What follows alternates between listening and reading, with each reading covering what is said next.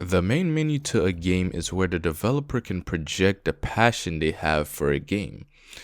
And Dead Space Remake is a good example of laziness and boring. If you've ever played the original Dead Space, you were probably excited of what the remake could do with the main menu. Lo and behold,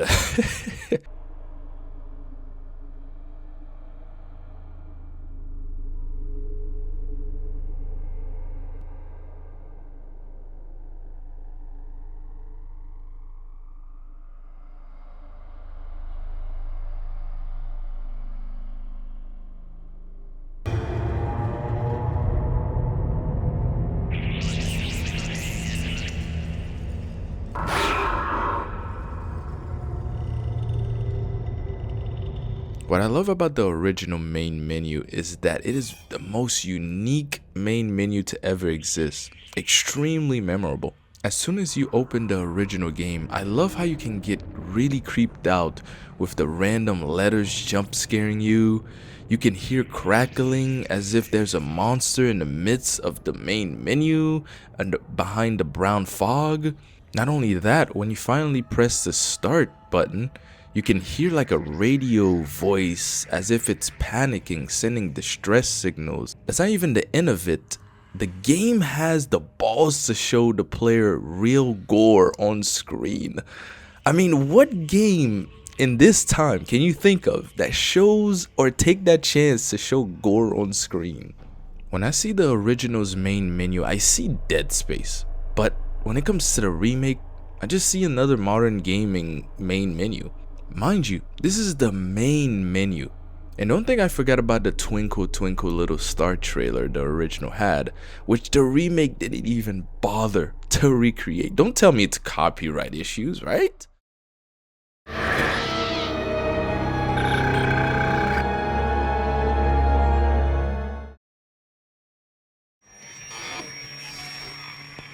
Now before we even get into the game, it displays a little bit of information about the mission.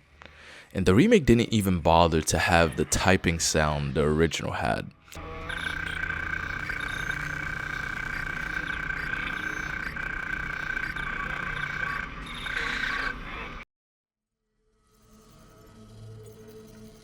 Just a black background with text.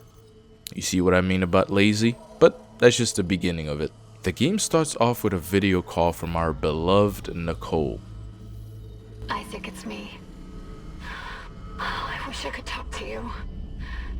I'm sorry. I'm sorry about everything. I just wish I could talk to someone. It's all falling apart here. I can't believe what's happening. Strange. Such a little thing. Isaac, it's me. I wish I could talk to you. I'm sorry. I'm sorry about everything. I wish I could just talk to someone. It's all falling apart here. I can't believe what's happening. It's strange. Such a little thing. Besides the terrible voice acting from Nicole's actor, did you see how the original game's footage seemed more distorted than the remake? Which matched perfectly with the distress call coincided with heavy breathing from a panicked Nicole. Now after Isaac turns off the video footage, we see our other main characters, Isaac, Hammond, and Kendra on the ship. This is where the comparison of lighting and art really began. Why am I talking when you can just watch? Now where is she? There. Confirming visual contact with USG Ishimura. What a beauty. Biggest planet cracker in her class, you know. And it looks like they already popped the cork. Why is it so dark? Right, everyone, we're here. Sinking our orbit now. All this trouble over that chunk of rock. Deep space mining is a lucrative business, Ms. Daniels. Aegis 7 is a gold mine according to prospectors' reports. Cobalt, silicon, osmium. Now, where is she? There she is. For some odd reason, the remake cannot display sun rays well. Also, notice the voice acting between the two games. Look how Hammond deliver his lines as if the actor's bored, and Kendra as if she's reading the script line by line for the first time. And that's not to mention the cringy dialogue between Hammond and Kendra. No chances, huh? Is that why you were digging into my personnel files before we left? You check your file access? I'm a computer analyst. Comes with the job. While the crew make their way towards the Ishimura, they send a message to the ship, but nobody answered, prompting them to dock there. During this, they lose control of the ship. We're losing control. Fuck! We're off course! Daniel! Guidance system override isn't responding. Shit, we're coming in too hot. It's gonna smash us into the hull. Chen, aim for that emergency stabilizer. There, the blue light. It might slow us down. Guys, Drop the flash shield. Everyone bring it up.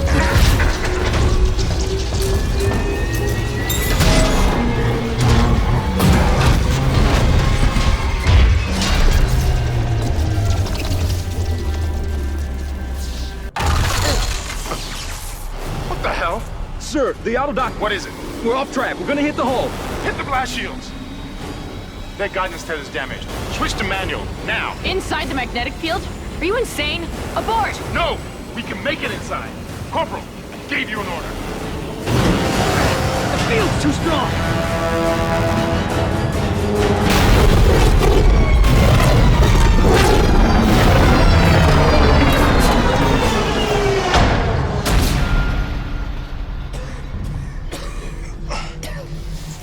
Is everyone okay?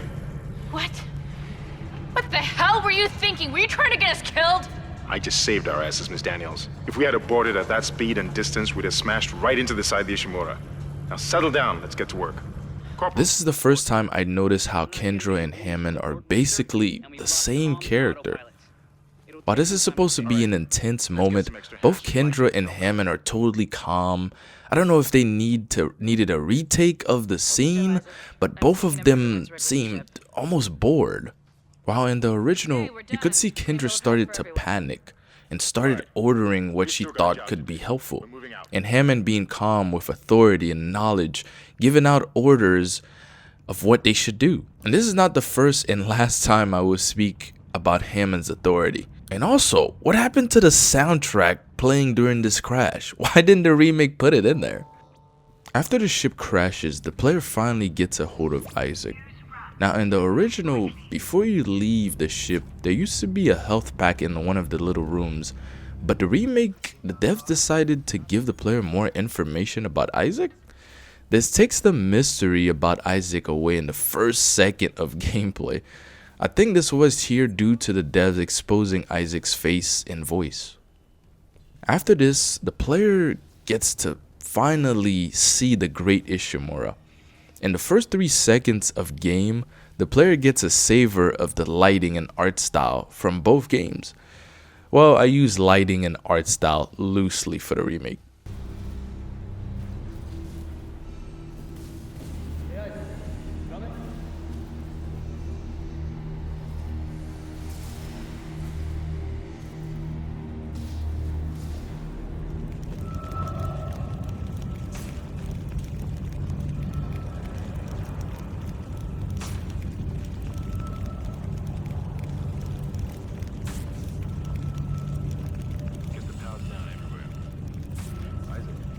This is not the last time I'm going to say this, but pay attention to the lighting. Look how dark and bland the remake is, despite the ship just caused the hole into the Ishimura. And also, listen to the wreckage, how you can hear the ship burning. Fun fact, did you know that in the original you could see Isaac's name tag on his suit? Now I'm going to let you guess. Do you think the remake bothered to put this in? Come on. Of course not. Did you really think they would? It's as if the devs in the remake were not really fans of the original. Make you think who's making these remakes. And also, what's wrong with the fog here? I know you saw it jittering for some odd reason. Another problem I also had with this part in the remake is the muting of sounds. Everything is so low. They're desperately trying to mimic movies so badly.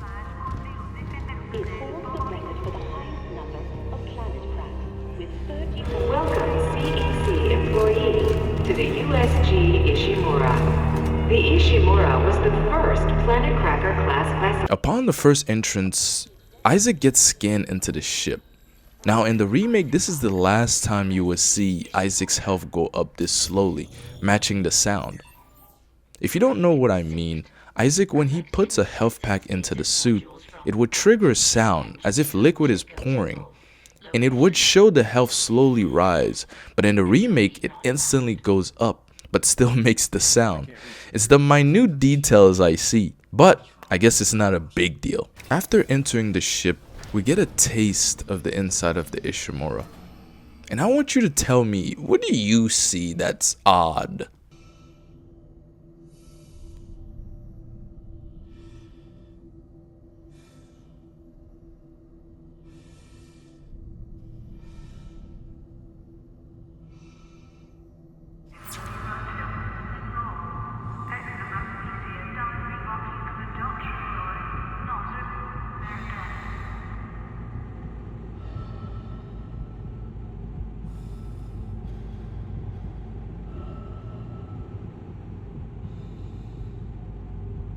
While the remake has a lot of details to show on screen due to the powerful console, I can't help but to notice how the remake failed to illuminate in any way here. That's not the biggest problem. The remake for some reason had to add a thick fog on the floor. This fog in the ship is not meant to be like natural thick fog you see outside. In the original, the ship looks intact as if nothing major happened yet to hold suspense. Not only that, the remake had fog, and I put that in quotation because it wasn't necessarily fog but dust settling in due to the air not filtering through, as you can see underneath the lights. But in the remake, it's as if someone plugged in a fog machine to make it more scary. As Isaac made his way towards the security console, Isaac witnessed blood disperse all over the floor, while in the remake, Isaac takes away the mystery Something on the floor here. by mentioning the blood on the floor. But to be fair, I wouldn't have seen the blood on the floor if it wasn't for that dialogue. The blood puddle was so small. In my previous review of this game, I mentioned how the original knows how to do lighting 10 times better than the remake. And this is Exhibit A. Positive anomaly detected. Quarantine activated. Another malfunction? No, the quarantine systems are all fine. Wait, do you hear that? Yeah, I hear it. Yeah, man? Take it easy. Daniels, get those elevators. There's something in here with us. Up there! Oh, God!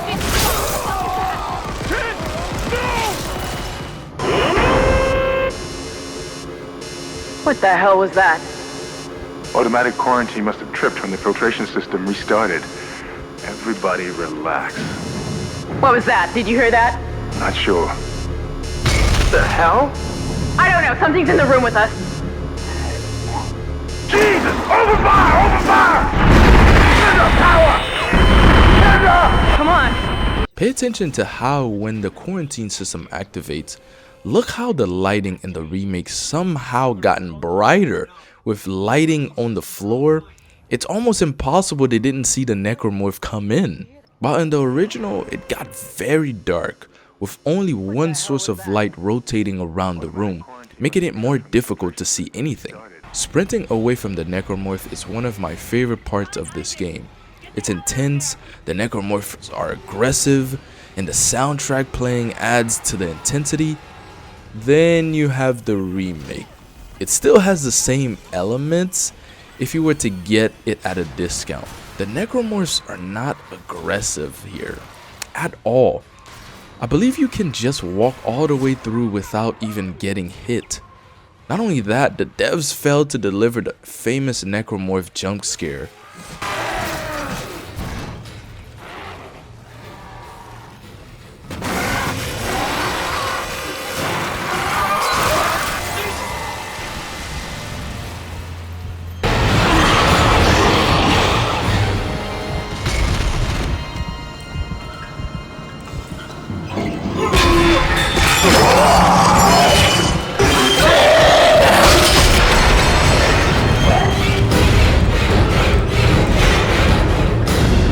If you are an original Dead Space fan, you heard what I heard, right?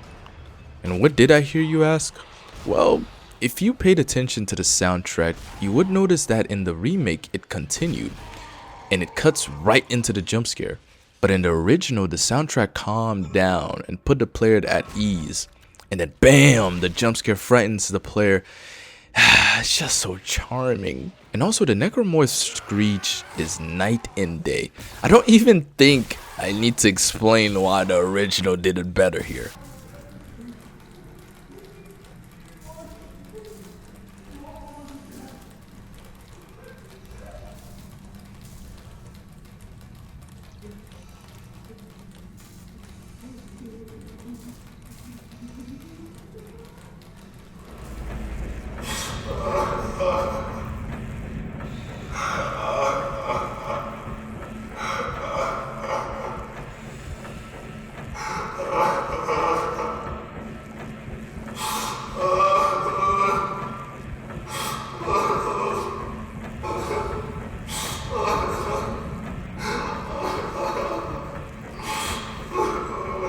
My god, the sound in the original is just so much better. Besides the voice acting delivery, the difference between the two is that in the remake, the distressed soldier starts panicking after you get close to the door, getting ready to open it. While in the original, he sobs until he hears you move towards the plasma cutter, and then he screams for help.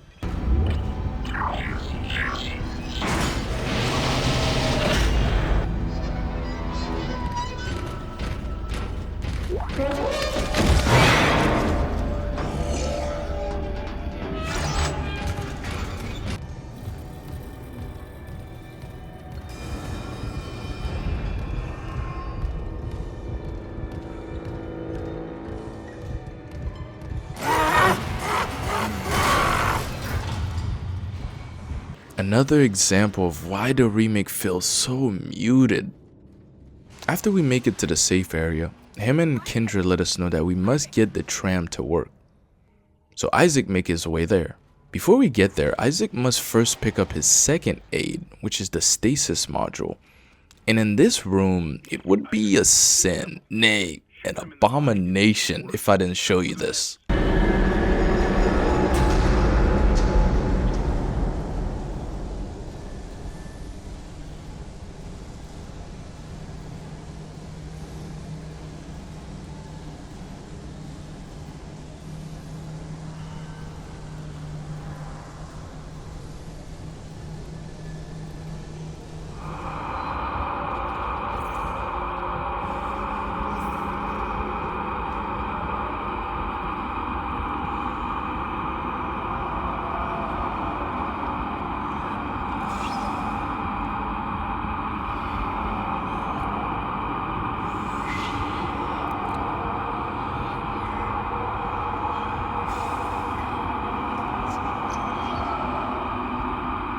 In the remake, everything is dark, the ship is rumbling, the ship shakes, but in the original, the vapor from the heating system blocking everything in the background, while you hear whispers, what sounds like a legion of screams.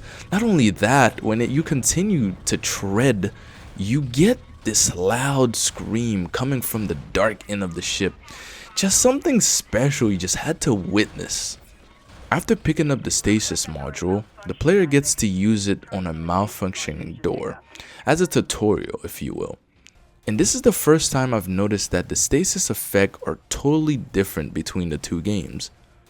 The original one lasts way longer, whereas in the remake the effects wear off quickly. What I really enjoyed about the older Dead Space is that it would frighten the player with its lighting and sound. I mean, the concept alone is already scary. What better way to scare the player? Well, by tricking them. And this next section does it fairly well. Well, in the original, that is.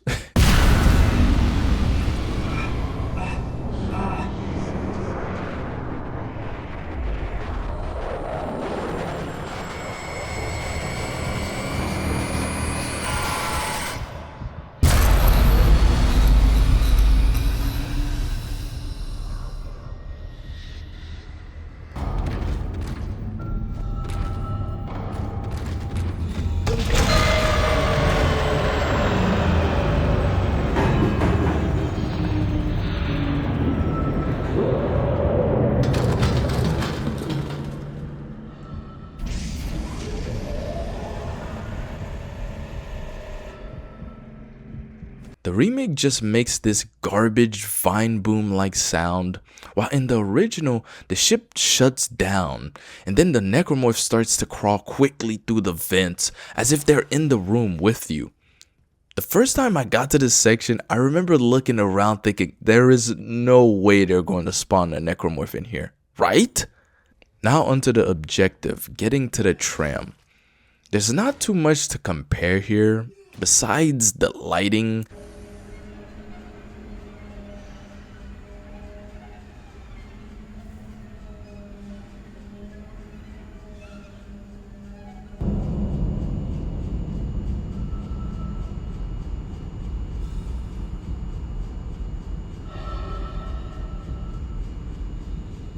But the most important part to compare here, or thing to compare here, is the sound design.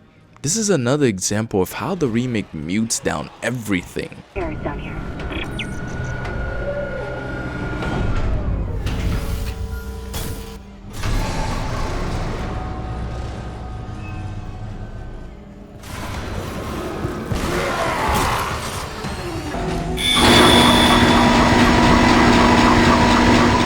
Retracing damaged tram.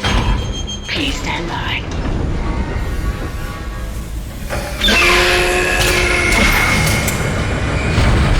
Isaac, you did it. The tram is blocking the whole system. When you get the computer online, you'll be able to call the tram from the control room. Faster the better. I can hear something crawling around out there.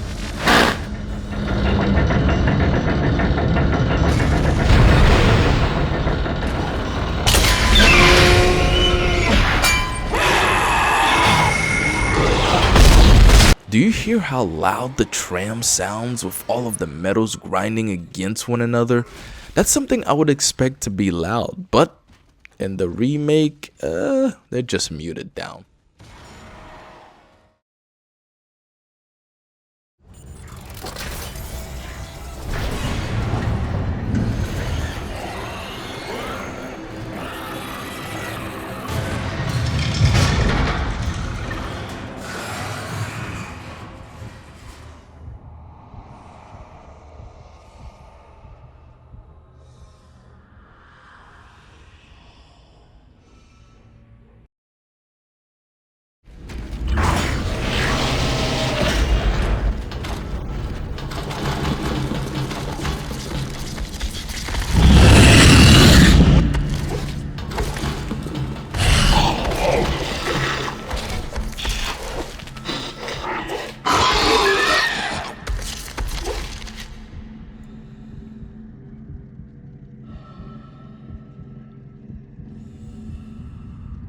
Good God, hear how vicious the Leaper sounds.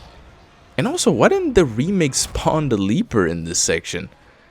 This was supposed to be our first sight of him, but the remake, I guess, forgot that they showed us the Leaper in the other room? Now, making our way to the tram, we stumble upon a Necromorph playing dead. Notice how this hallway's lighting in the remake is weird. For some odd reason, the whole ship power system is down. The lighting almost don't seem realistic. Seems like it's a setup or stage. Nothing flickering, no exposed wiring. Just sad. Fun fact, you can also see the Necromorph's shadow when he is trying to set you up. Did you really expect them to show that in the remake? The clinking ship room is one of my favorite areas in this game due to the sound design alone. Now, the only difference I've spotted between the two before you even get into this room is that in the original, you would take an elevator to go to this room, but in the remake, you just walk straight in. Before you even saw this part of the ship hanging in the middle of the room, you would have thought that there was an actual monster in this room because of how it sounded.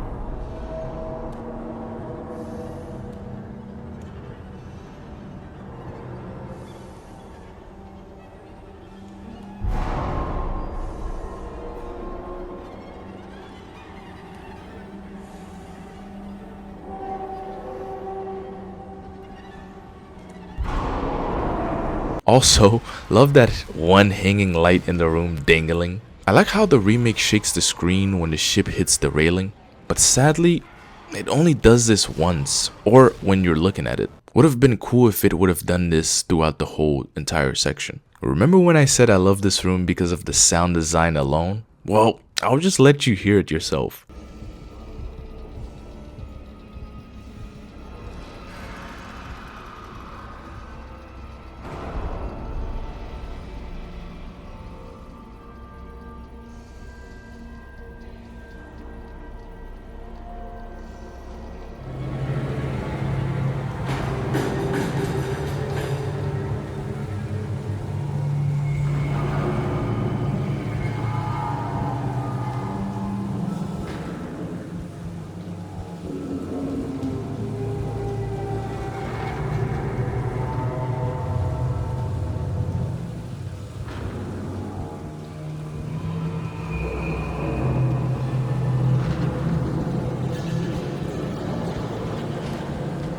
It is night and day between the two games. I can't stress it enough, the remake's ambient and soundtrack here is not even close to the original.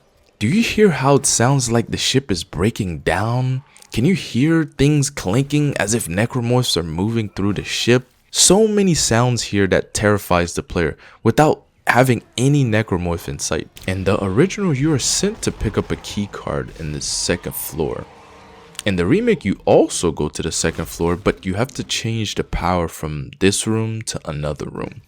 I do like how the whole room becomes dark in the remake here, but I know it was because they wanted to set up this jump scare. Another charming event that was taken out of the remake is after Isaac makes his way back to the first floor, a Necromorph would bum rush him in the elevator, but no such thing was in the remake at all.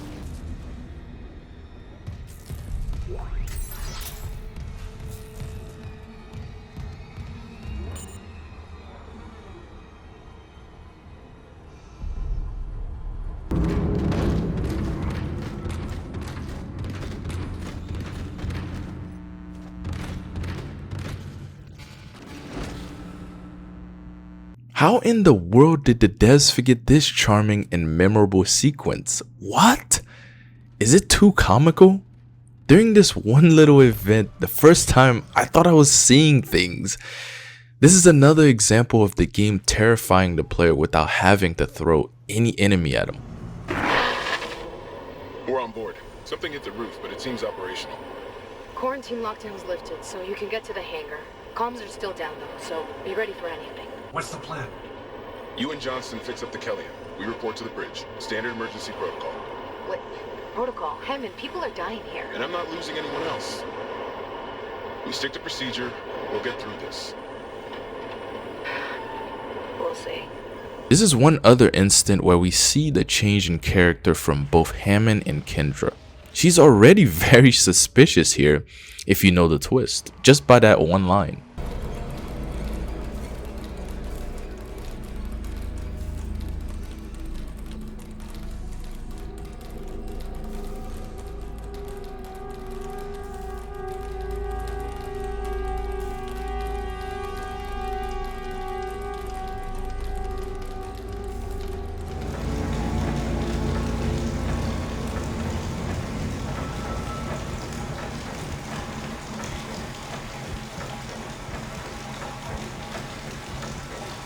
Is there any explanation needed here? It's just night and day. I like how the water goes straight through Isaac in the remake. They couldn't be bothered to let the water bounce off of his suit.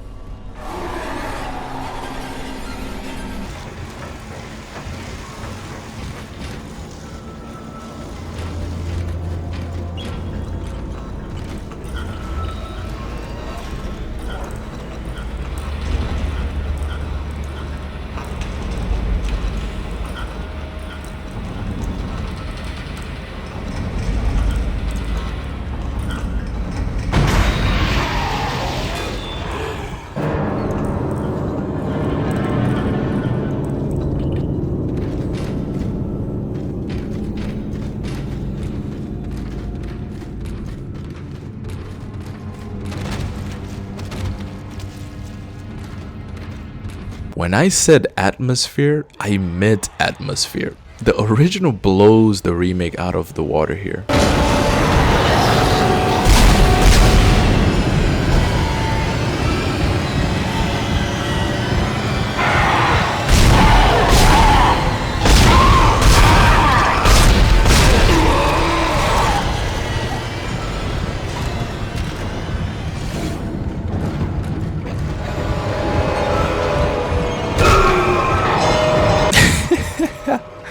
That right there scared the crap out of me, and this was a recent playthrough.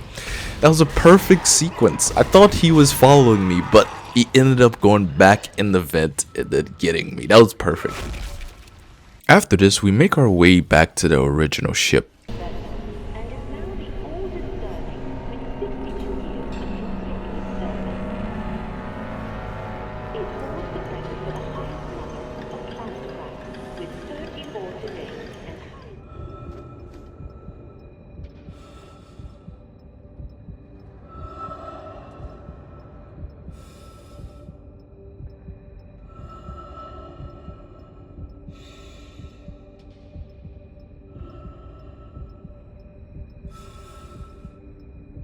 Why is the fog texture still jittering here? While in the original we get great lighting.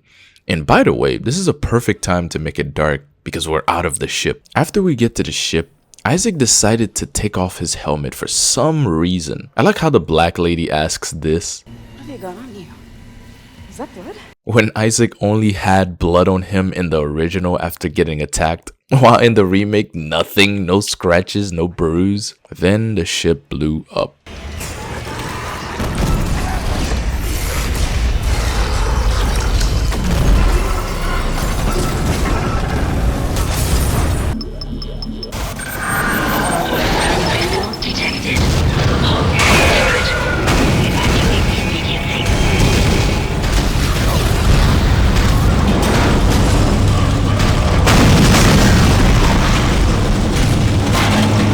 I can't make this up. The devs forgot to allow the player to run out of the ship themselves.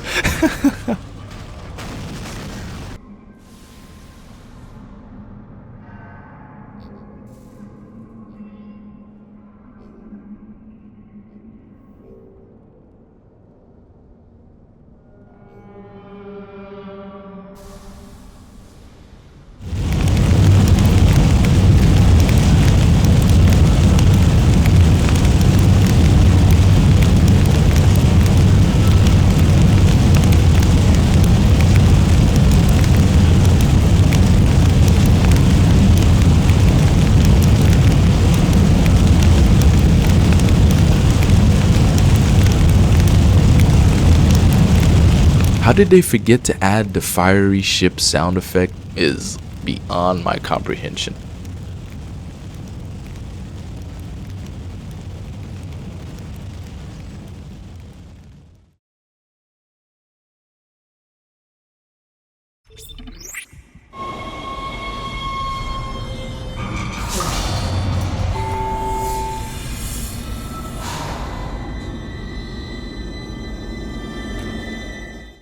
Before you get into the level for chapter 2, we get our third aid in our journey, the Kinesis module.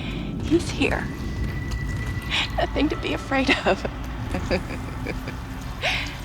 I knew you would come. Just like you said. I saved this for you.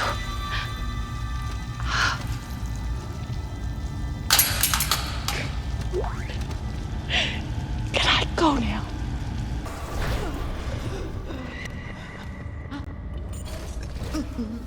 Gotta hold the line.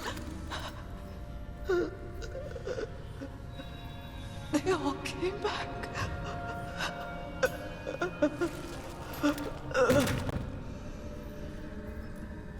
The remake completely changed the voice lines here. I hated this change because it was supposed to be a petrifying encounter. With this line change, it's just a random woman dying, opposed to a woman being delusional and thinking that she's taking care of a body that's dead. And also, this body already developed maggots. which shows how long the body's probably been there, or it's also showing how the infected bodies maybe decay faster. It's just meant to be a very odd encounter.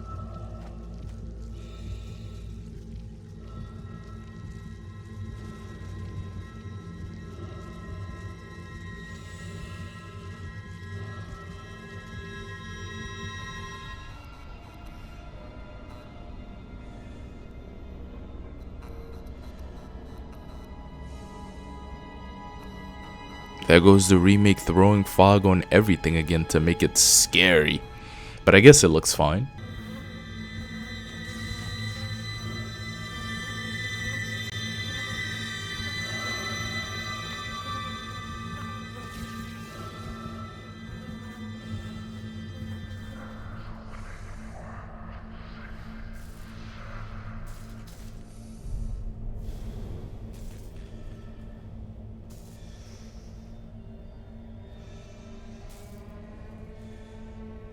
There's not too much to really compare here except for maybe the lighting. And God, I hate the muted ambience in the remake. So the remake decided to change everything around here in this section. So I would just compare everything I could find. So let's start with the red contamination room.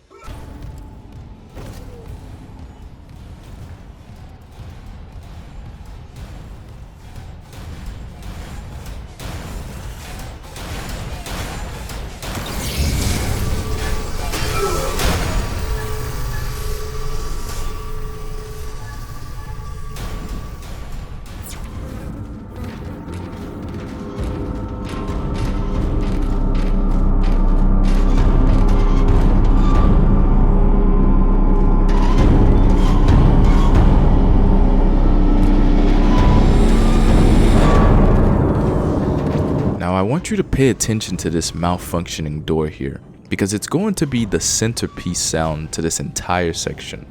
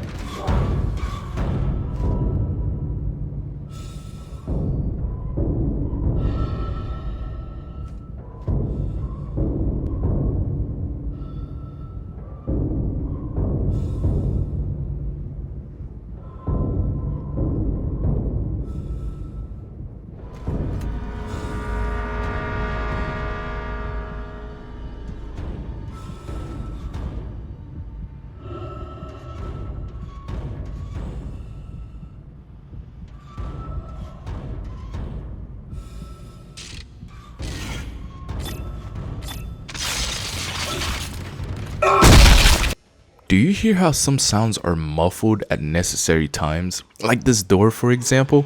Even when you go to the next room and have the door close, the sound stays in the room. Like you could still hear the malfunctioning door banging in the background, but muffled.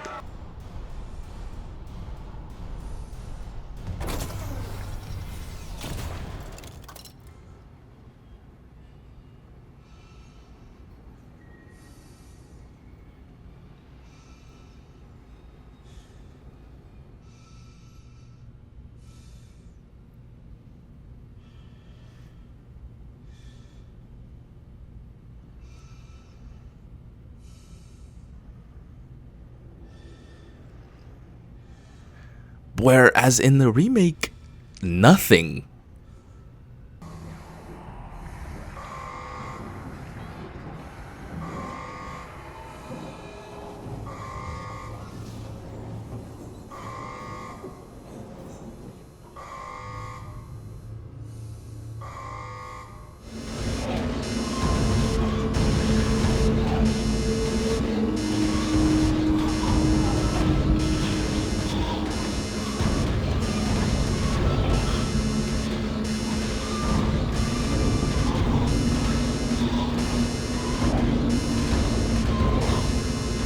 Everything is just quiet here. This part was supposed to be intense and terrifying. During this section, I noticed something the original does that the remake doesn't.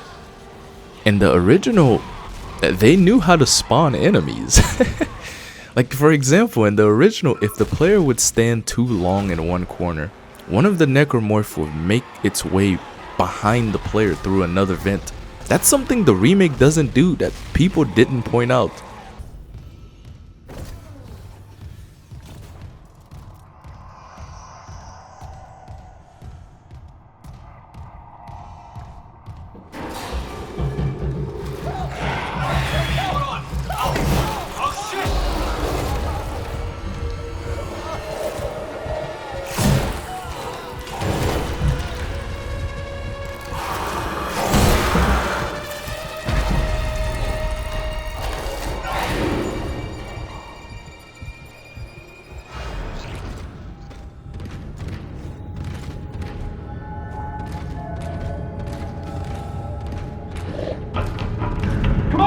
Come on! Let me out!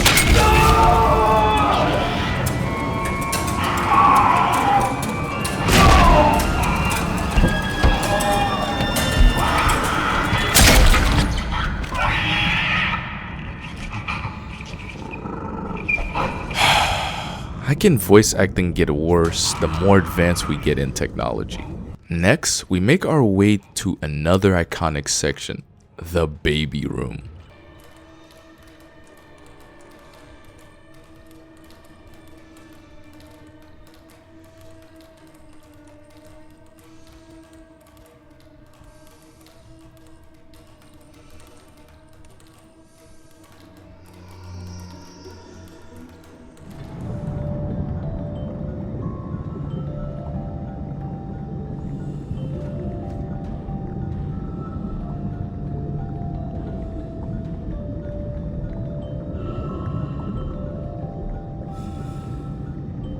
Although I like the hint of baby sounds that were added in the remake, my god, this is still a night and day difference.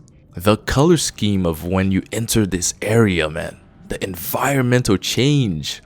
The sound design is insanely good.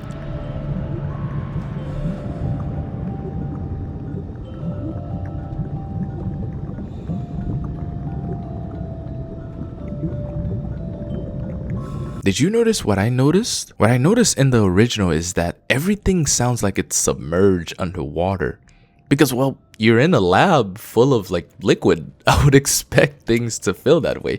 But also like the sounds that it used for your ears to make the player feel that way is just amazing. Not to mention the lullaby playing in the background. Just to add on to the creepiness of this entire section.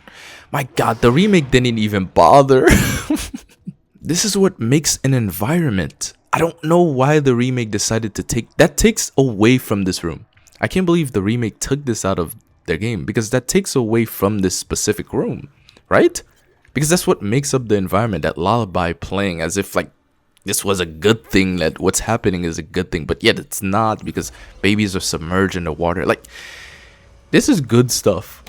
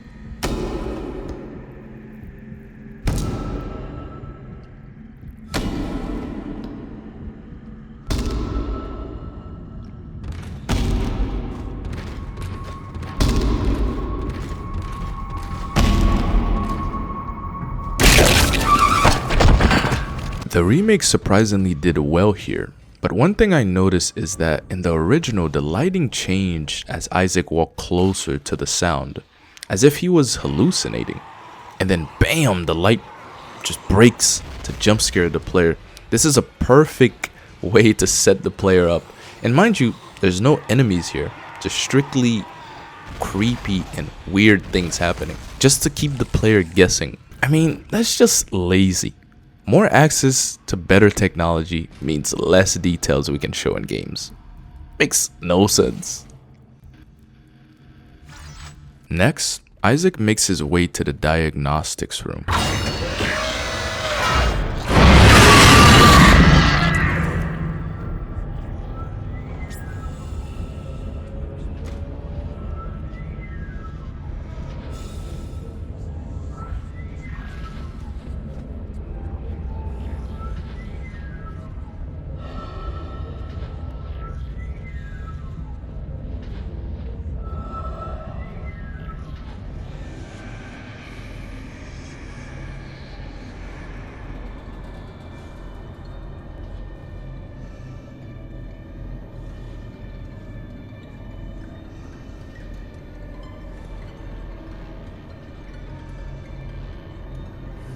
I mean, look at it. Do I even need to commentate here? Before we make our way to the second floor of this lab, there is a room the player could miss if he's not looking around. Everything about these rooms are different.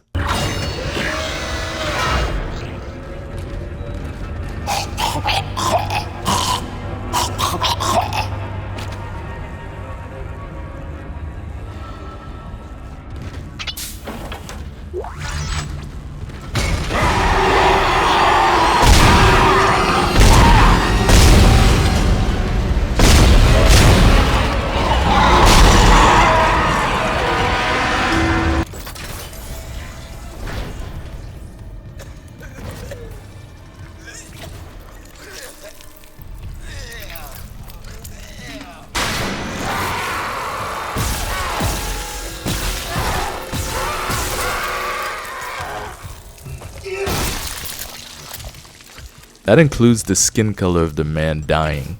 There was also a room the remake added which is just cringe. To me, why put this here?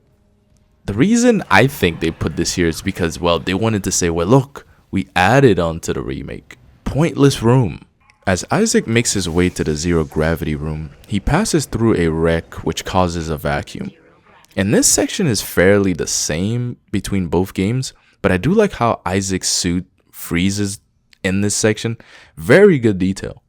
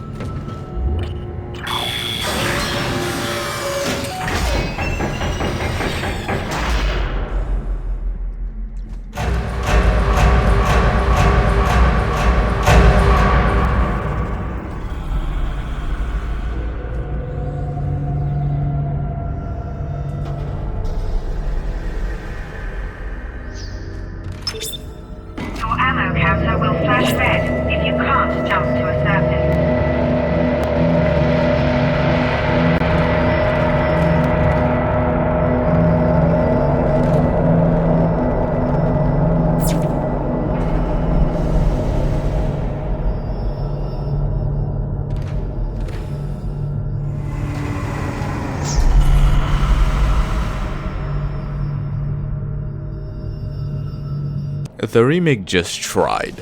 That's all I can say. It tried. It's not even close to being as good as the original, but it just tried. After this, Isaac can finally break through the barrier that leads to the clinic. And my words cannot describe. You must use your eyes here.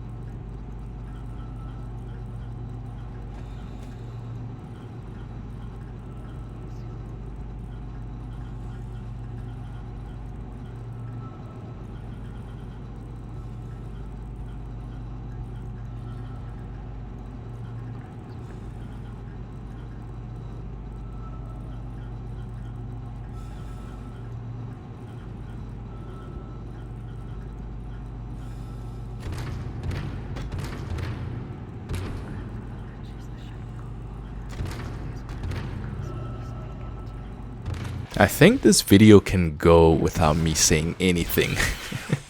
The game actually speaks for itself. I love how there is just minor ambience, nothing but flickering lights, because the room writes itself. The player doesn't need any hints. Everything is messy, while in the remake everything looks clean and intact. The time they should use the technology to fill this room with details, they didn't even take the opportunity. And dude, mind you, there's blood in everything in this room. It's just too clean in the remake.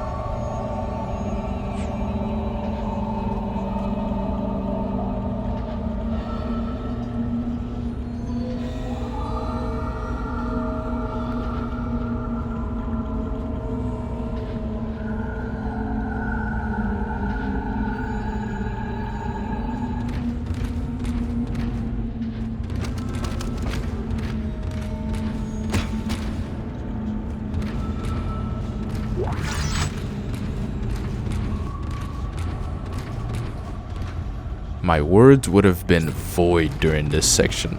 One detail you probably didn't notice here in the original is that when you encounter the Necromorphs here, there is one Necromorph that spawns behind you again, as if the game is like toying with the player.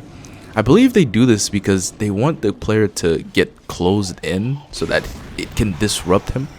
This is something again that was not in the remake. I even turned around in the remake just so I thought they were just going to spawn it behind me because I'm used to the original. No, they didn't do that.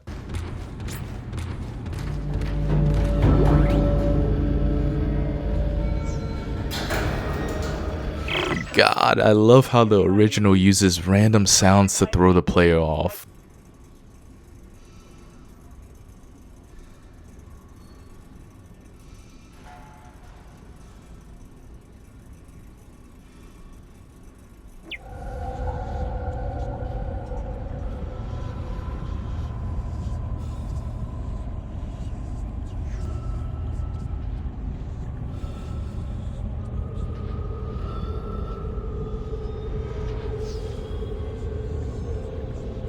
My God, this is a night and day difference again. Do you hear how the ship is screeching and moaning? This is such a cool thing that the original does. As if the ship is a character itself and it's infected. As if it's crying out for help also, it's in torment. You have to play the original to really get this feeling. It might be that I'm reading into it, but that's how it makes me feel.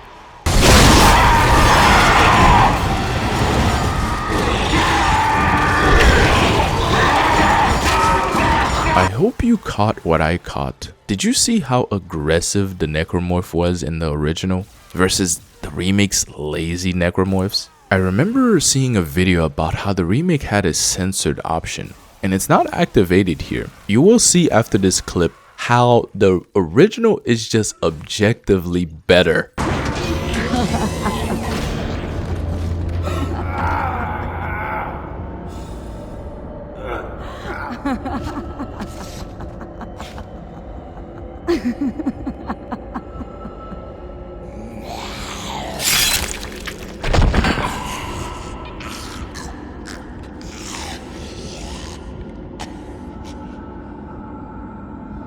Look how the body on the table is mutilated with bones and guts showing. Not to mention also the lady slicing her neck. You can see and hear like her gargle after she falls onto the ground. And then you have the remake.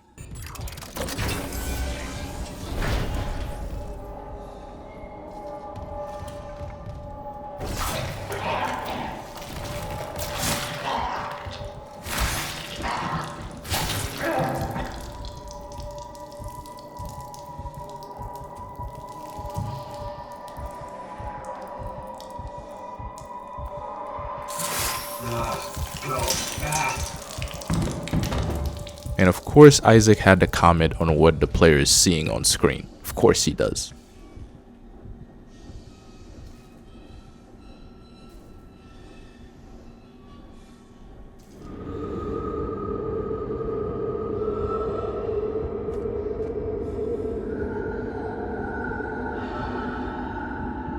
After making our way through the clinic, Isaac treads to the morgue. And before the morgue, we get this sequence.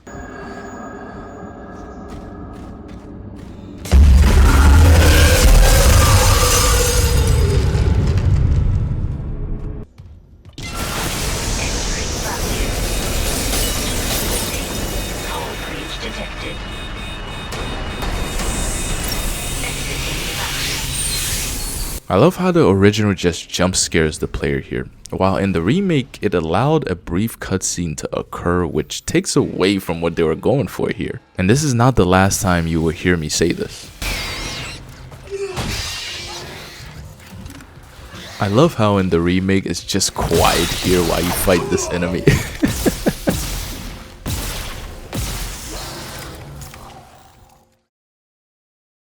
The morgue. A typical morgue is set at 35 to 39 degrees Fahrenheit. So can you tell me why the remake has so much dry ice vapor flowing throughout the room?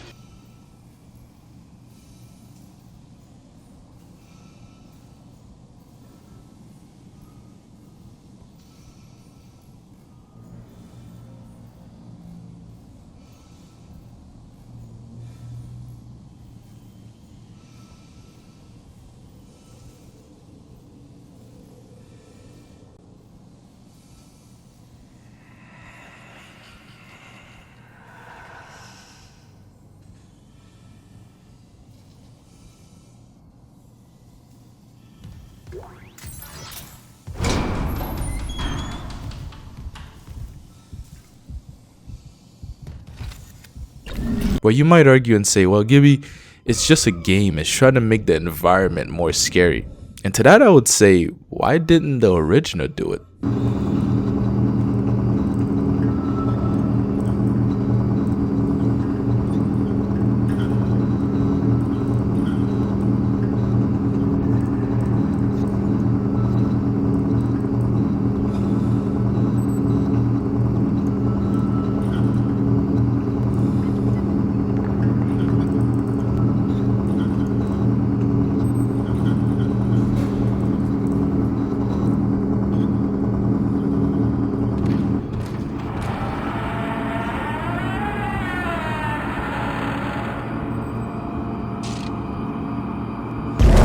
But that's because the original knew that it was a morgue and somehow is more realistic than the remake. Remember when I told you this won't be the last time that you see a cutscene from the remake that ruins the horror? Well,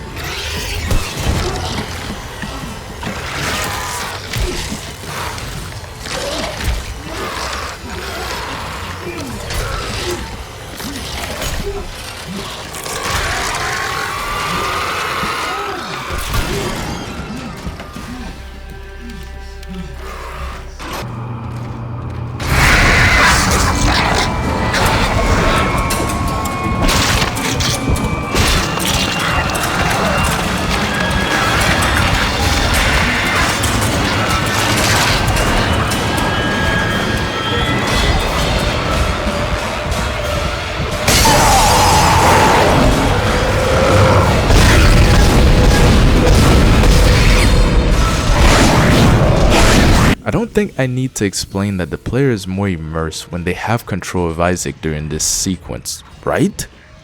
Right? This is Senior Medical Officer Nicole Brennan transmitting ship-wide. We need more help. We don't have the resources to deal with this many cases. Nobody would tell us what's happening. These wounds, we are not equipped to deal with this. Get him to the table. Hold him. Nurse, you hold him down. Christ. And record it.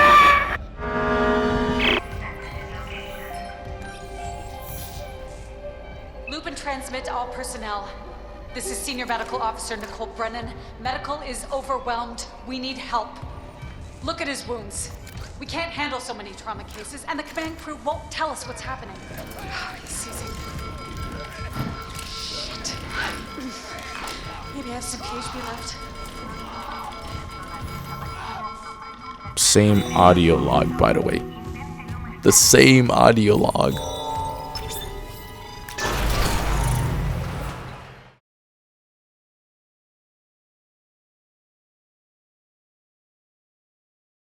Chapter 3 is a fairly simple mission. Get fuel in the engine. So we make our way there.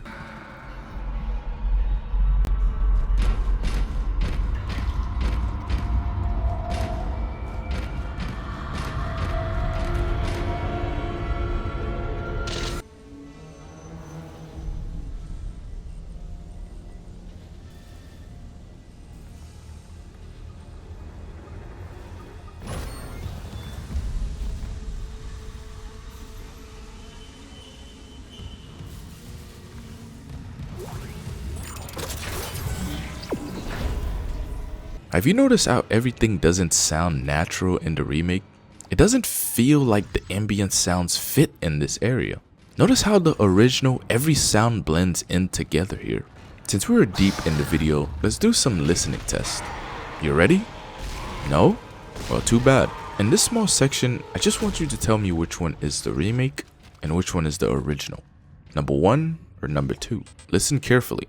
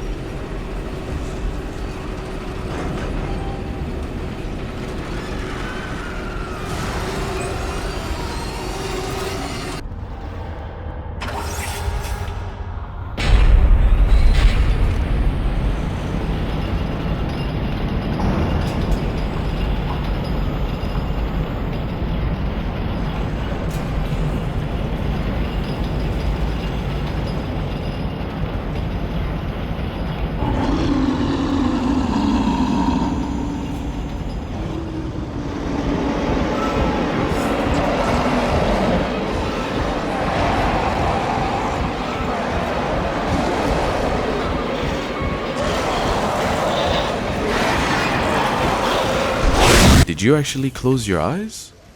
I'm sure you already know which one is the original and the remake being this far in the video.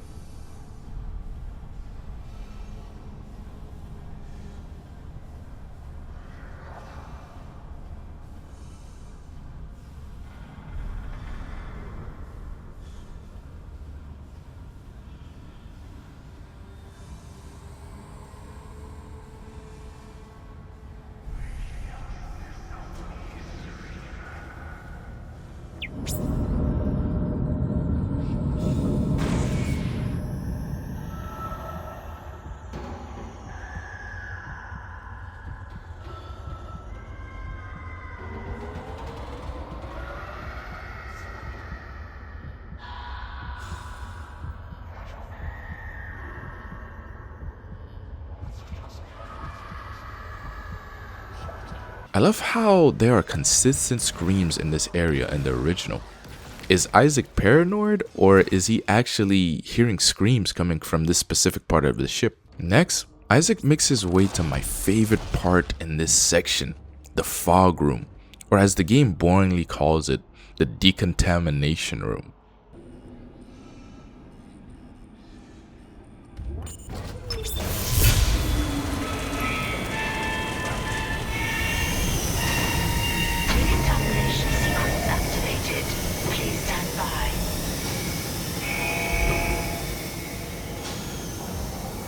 Decontamination sequence activated. Please stand by.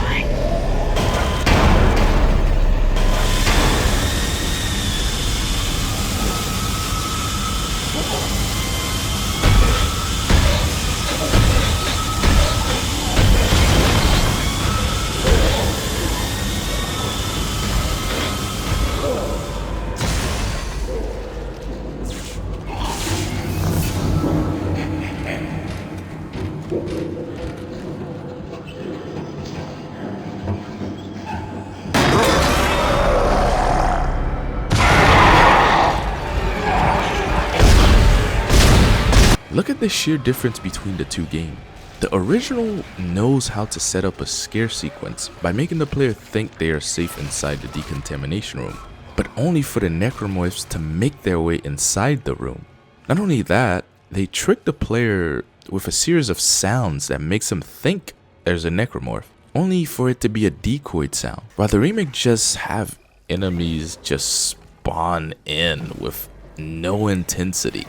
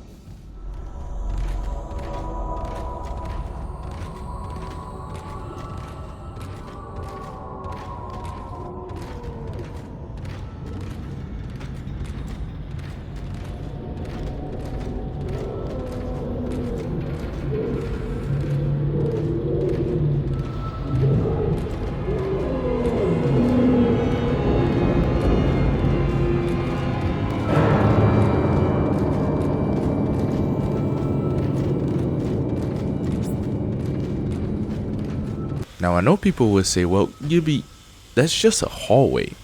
What about it is so special? But did you not witness the amount of sounds that made this specific walk memorable? The remake actually spawned enemies during this section, and I think this is when I got this revelation. The original Dead Space was so confident it could frighten the player with just sounds with no enemies in sight. Thus, it birthed this section of the game.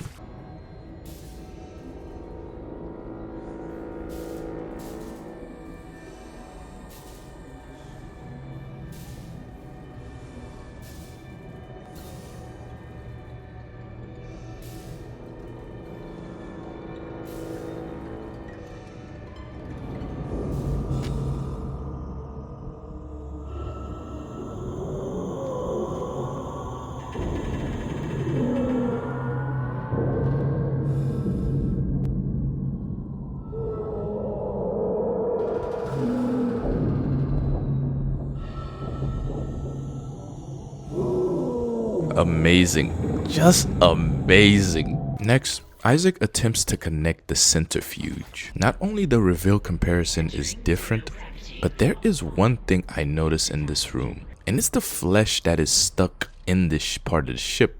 There is a distinction between the two. The flesh moves as if it has a pulse and it is alive, while in the remake, it just looks like a clump of clay just stuck to the wall.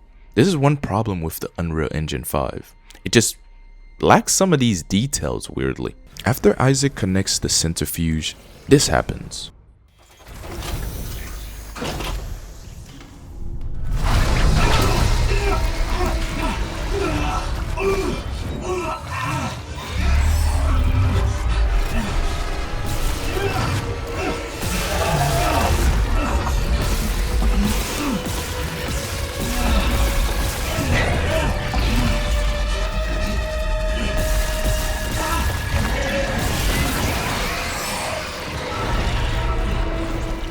Now, I do like how the remake leaves the flesh on the floor, but do you see how less intense the remake is? And how it seems like the monster is not reacting to your shots? Whereas in the original...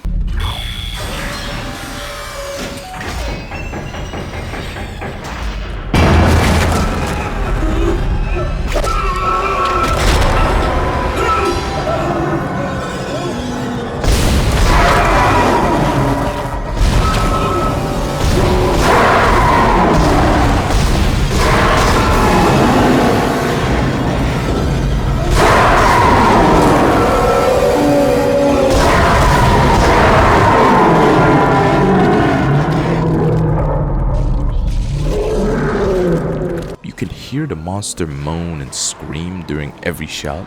Remember when I told you the original maintains the same sound it had from the previous room Isaac was in?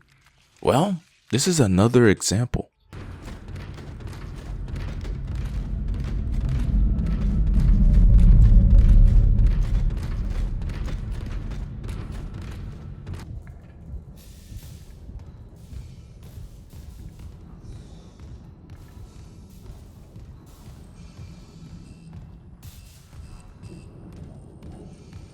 The remake completely scrapped this area. I have no idea why. The reason this was important was because it was again a setup to the next room. Exiting zero gravity.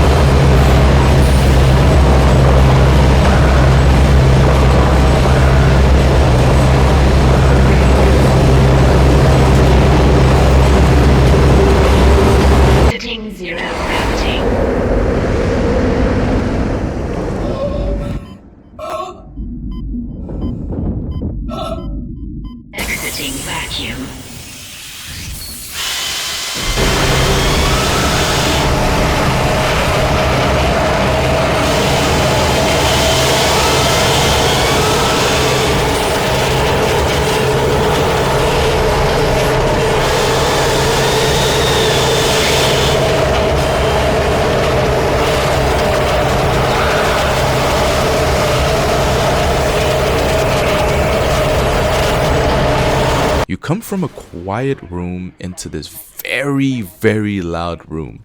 This room was to get the player to run out of it as fast as possible. Essentially, it's a room jump scare if you think about it. That's so cool. But the remake sound is just not as good.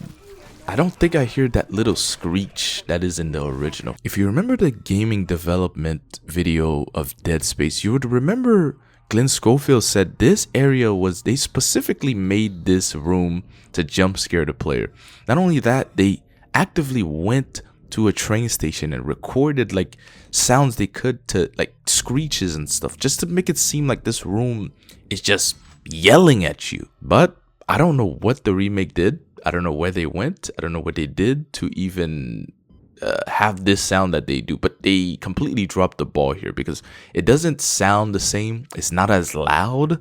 It's not as intense.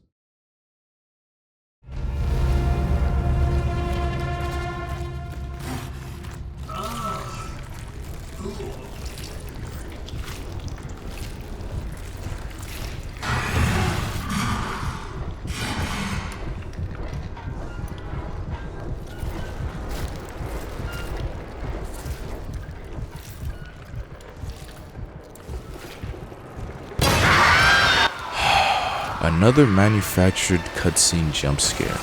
You cannot make this up. I think this area is where I noticed the color palette for the remake doesn't match the tone.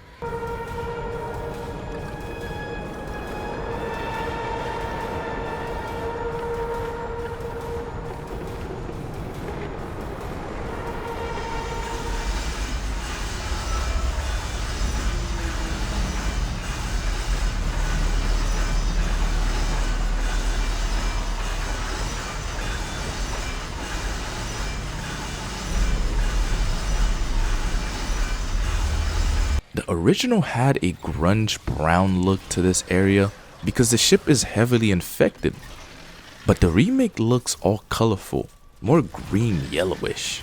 And why did the remake take out this sequence?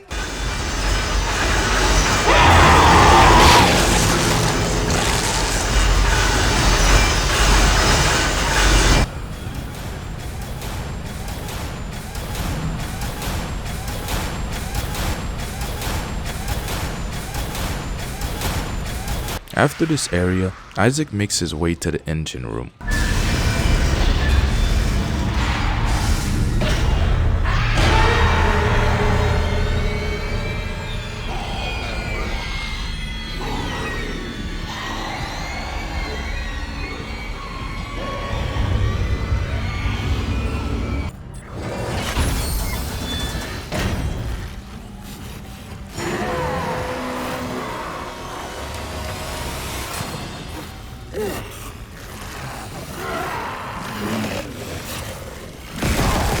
Yeah, I don't know why that's not in the remake. Don't even ask me.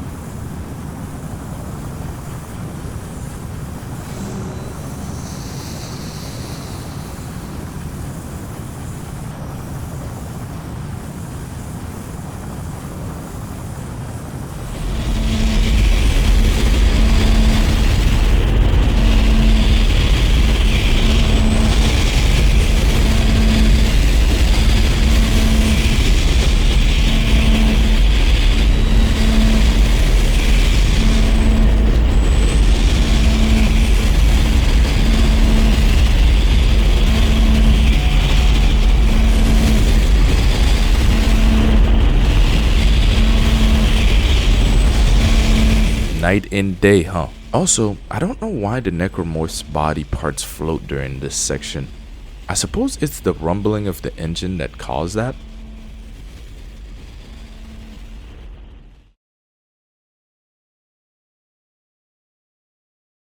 Chapter 4: The Hallucinations.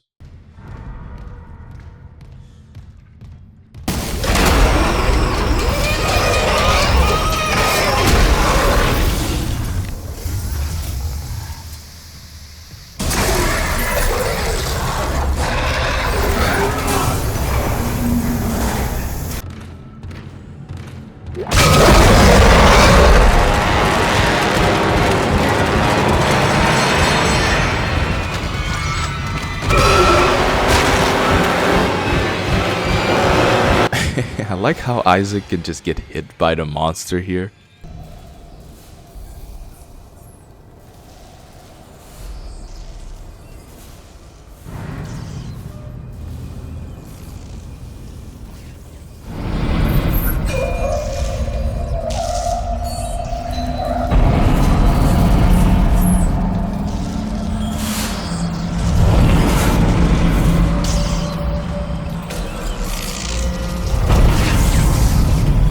Besides Isaac taking off his helmet during this section, sometimes I feel like I'm playing two different games.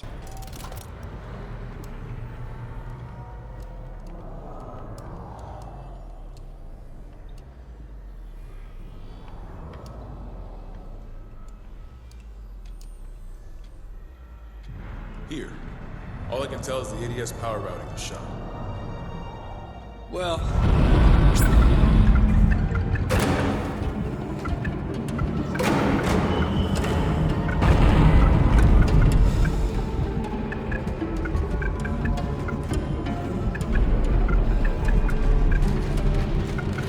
I mean, look at the difference. As Isaac makes his way upstairs, he encounters the brute Necromorph.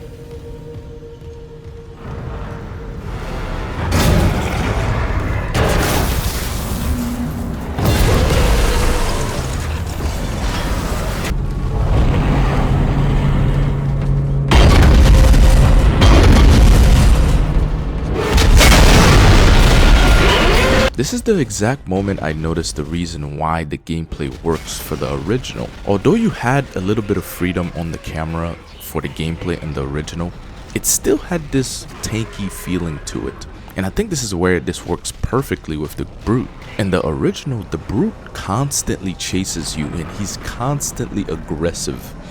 Whereas in the remake, he is kind of aggressive, but also you could just turn around and run away from him or run circles around him. Whereas in the original, you have to freeze him, use your aid to get him to stop moving so that you can destroy him. Isaac, make us whole again.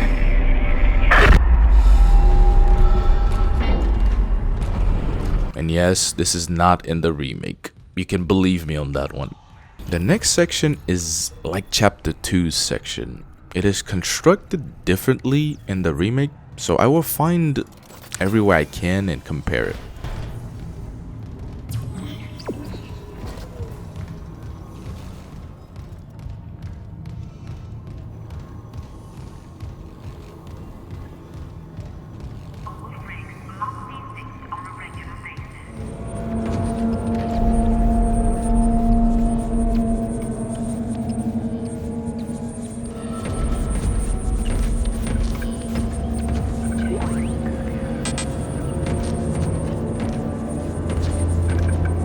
I love how the original, the screen changes as Isaac gets close to it.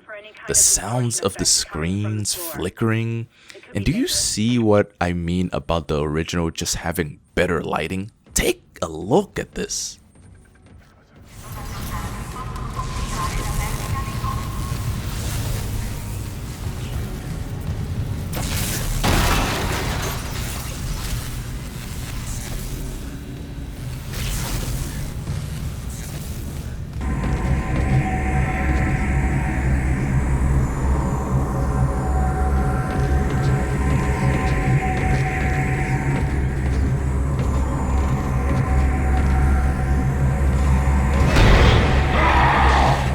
I love how there's a weird ambience in the background during this section, just ringing. I think it's supposed to be the sounds of those projection pillars all over this room. It's just so cool.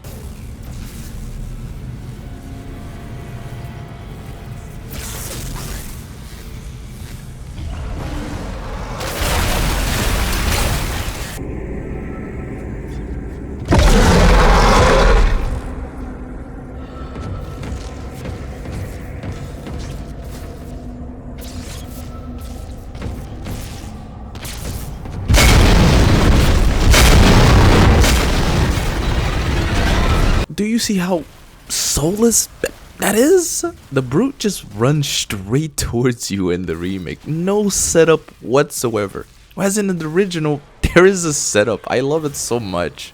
And do you see how Isaac's animation changes when he's low health? Whereas in the remake, he still runs like the same old animation. Little details matter. Make us whole again.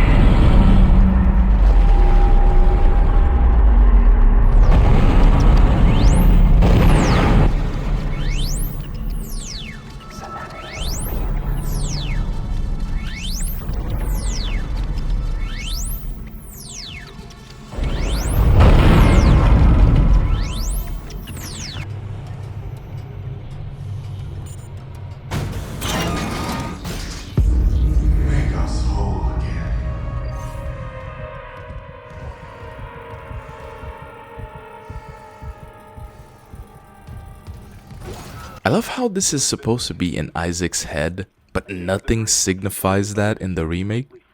In the original, the lighting changed. The screens are distorted.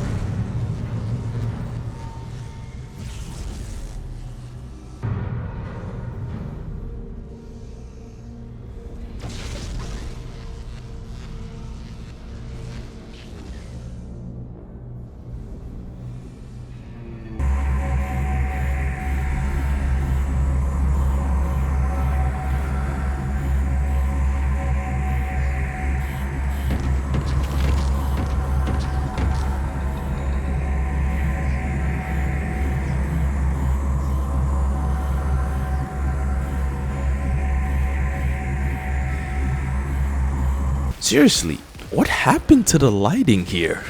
Also, the gravity fields in this section are totally different between the two games. I wonder why. I'm guessing it's less realistic in the original. I don't know.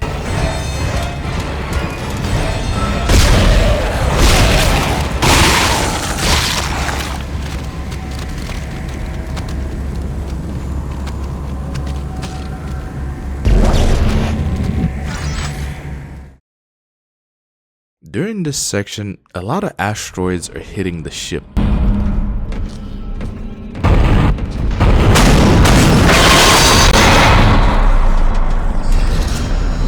Warning. Hull breach detected.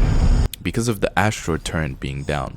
So Isaac makes his way to destroy these asteroids and recalibrate the turret.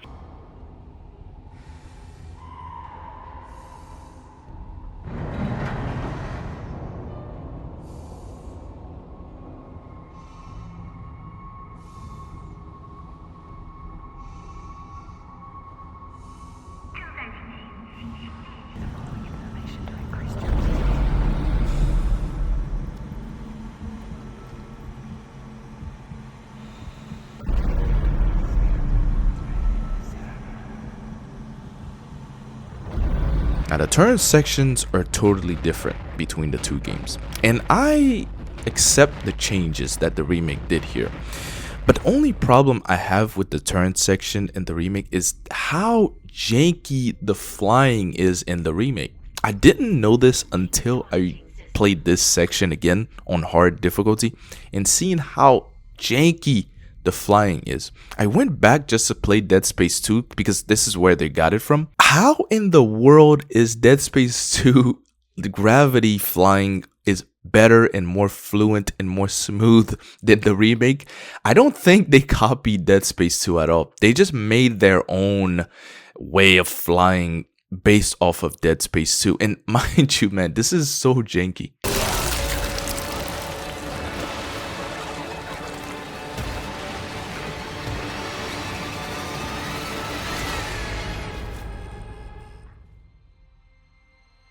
I don't think I need to tell you why the original is better here, do I? I do?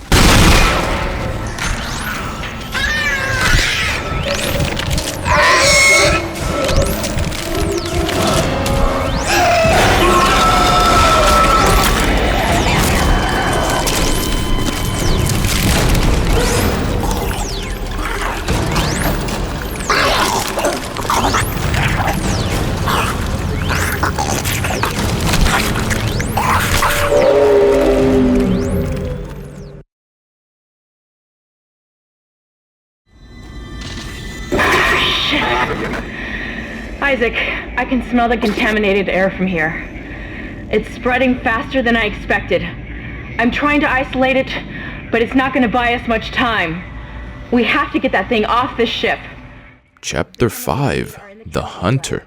This chapter is fairly short, but it's still very memorable. And that's due to the Hunter being in this level, and also the previous rooms that you've entered before have been changed.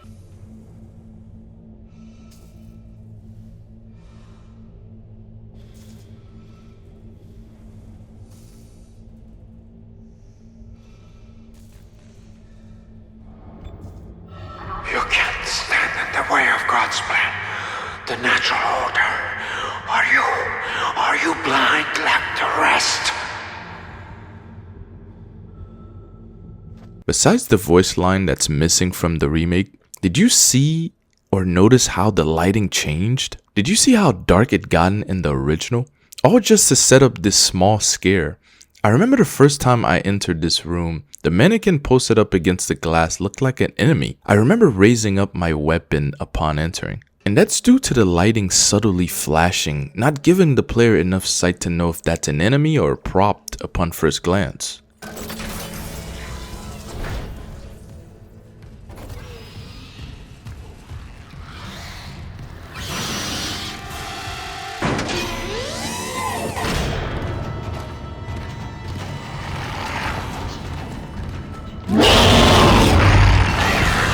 Do you see how sound can set up the player? The remake is so muted. During this section is the first time we meet the most disgusting creature in this game.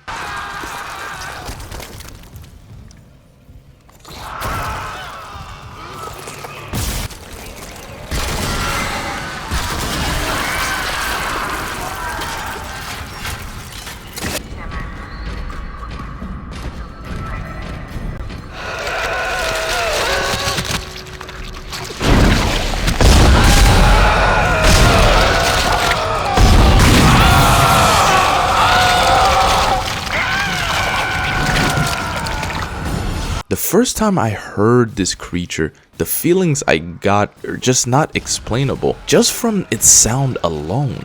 Once we get past the wall guardian, we make our way to the chemical lab, and good lord. It's a sanctuary. All survivors, please join us.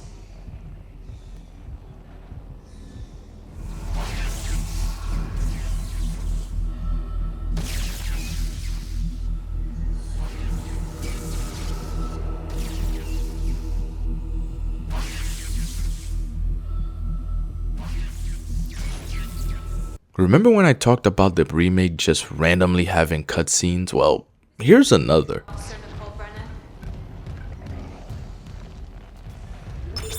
Shipwise transmission override. Isaac Clark. Just a trick. Isaac. Isaac. Make us whole.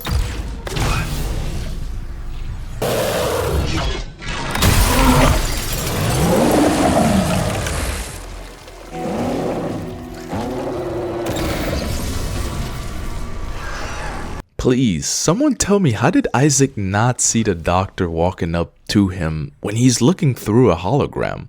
Also, Isaac randomly got out of stasis right before the hunter got to him. While we here, we might as well talk about the hunter. I hate the remakes one. Let's start with how he looks. Why is he red? Also, what happened to the glowy eyes? Not to mention, the sound design also changed. Why does he sound less aggressive?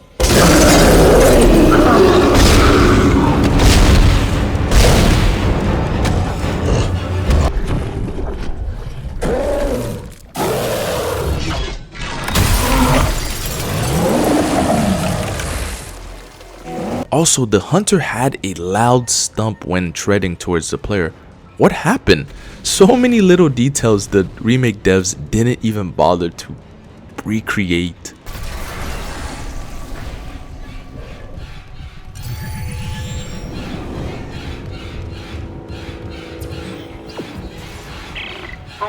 Nicole's broadcast. It was a trick by a fucking unitologist. Dr. Mercer. He's locked down medical to experiment on the crew. Oh, God.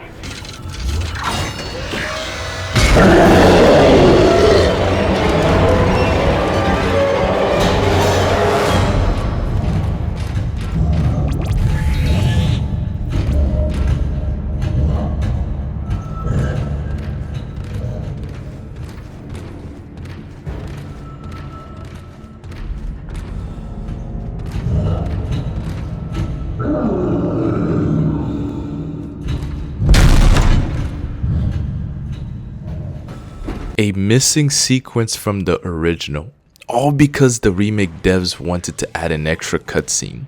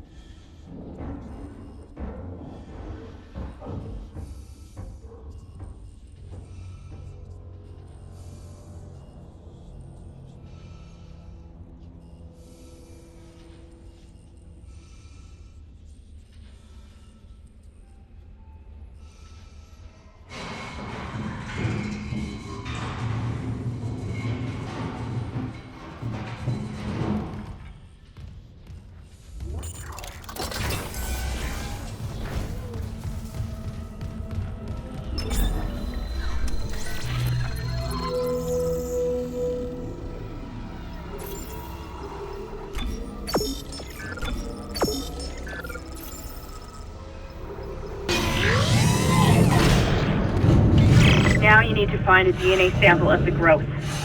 According to lab records, there's an inert sample stored in the ICU. Dr. Mercer was apparently doing intensive research on it. I've been trying to contact Hammond, but all I'm getting is static. Isaac, you've got to hurry.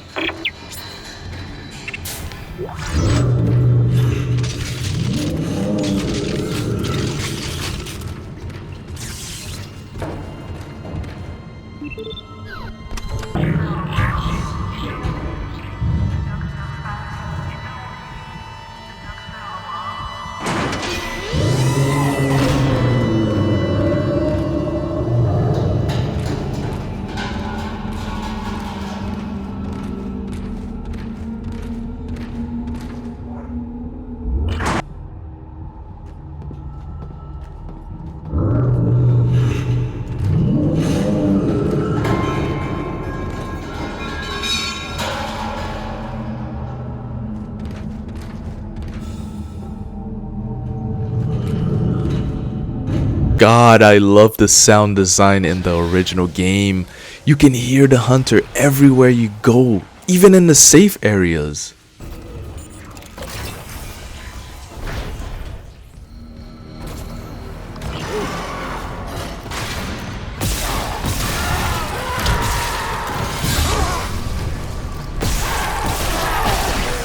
Is that it? Seriously, is that it? Just show them the original, please.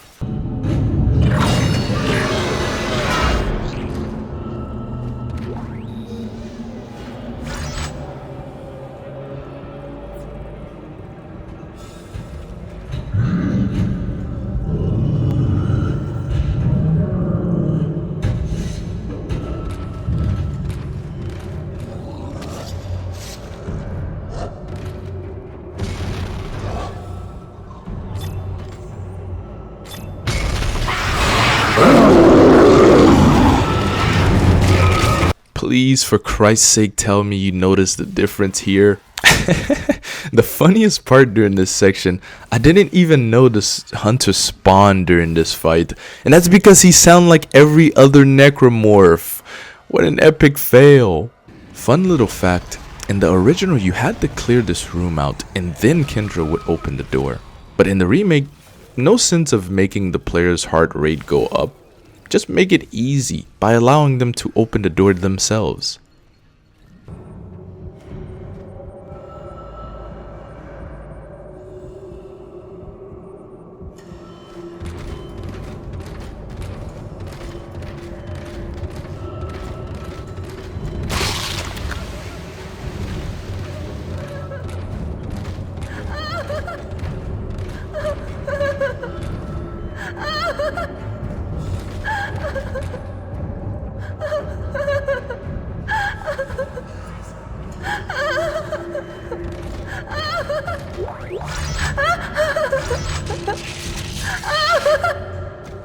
Can't get any better than the original. That's not in the remake, by the way.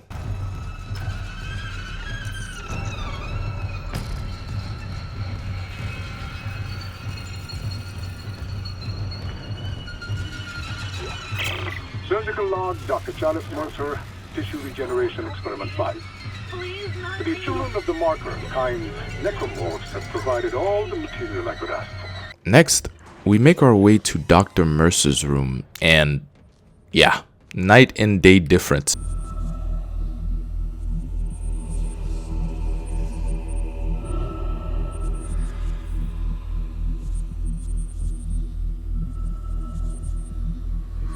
Down to the writing on the wall and the head display on the shelf, very disturbing stuff. And then you have the remake.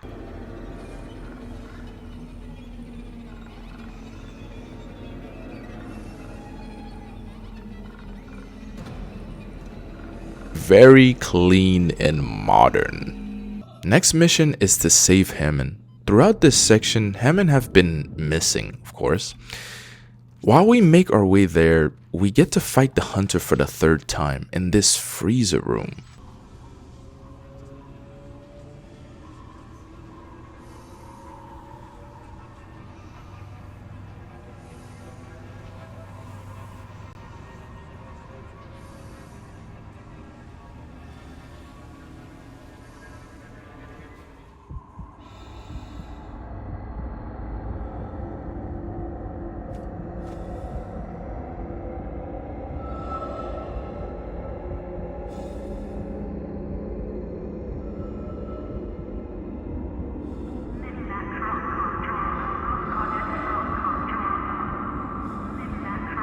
This is the same fight, except the sounds that the creature makes after you kill it is totally different.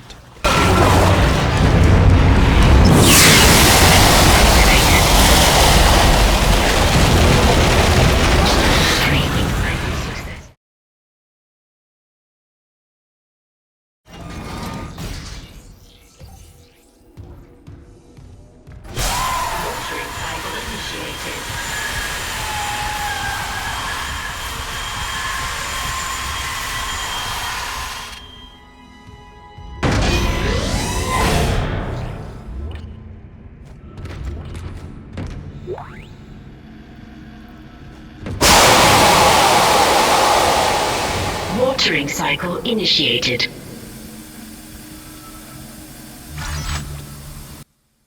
For this chapter, the mission is to cleanse a mysterious toxin poisoning the vegetation on the ship. But to do that, we have to head to the grow chamber. But before that, we have to find out what is causing the toxic environment.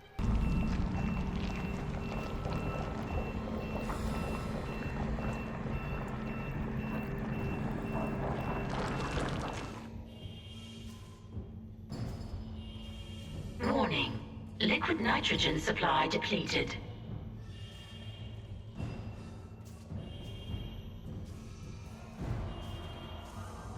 While the remake has more details in this room, it somehow looks more clean than the original. And I think that's due to the extreme red light illuminating the entire room, and also the floors having reflections as if it's been cleaned recently.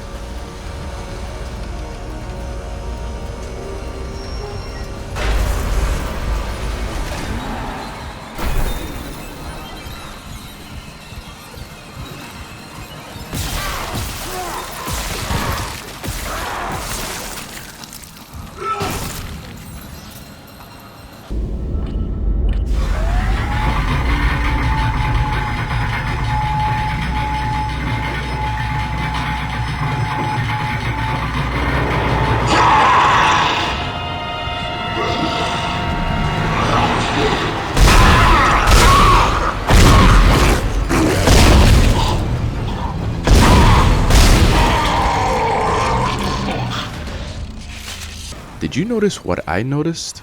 Look how the light reveals the Necromorph in the remake, while in the original it stayed dark. Also, this sequence in the original seemed like a hallucination, while in the remake it stayed dark. Missed the entire point of this section.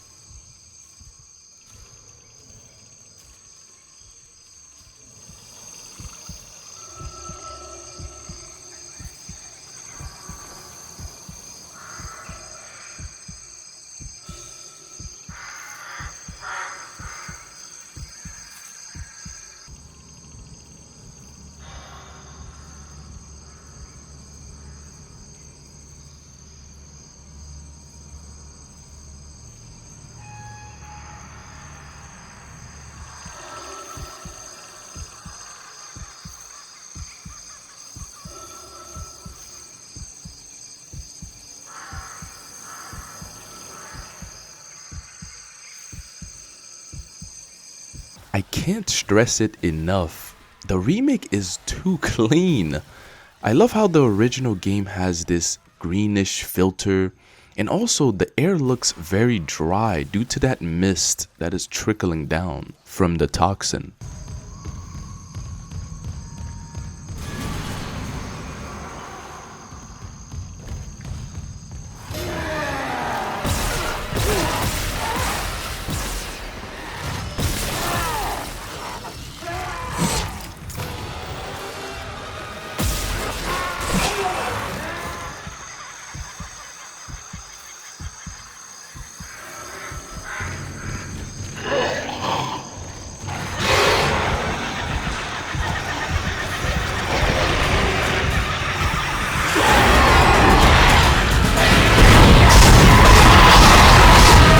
Did you notice what I noticed? Please tell me you did. If you were paying any or close attention, you would notice that during conflict, all of the wildlife in this area began screeching, which ups the intensity, while in the remake, it's still there, but you really have to pay attention to hear it, which in return takes away the intensity.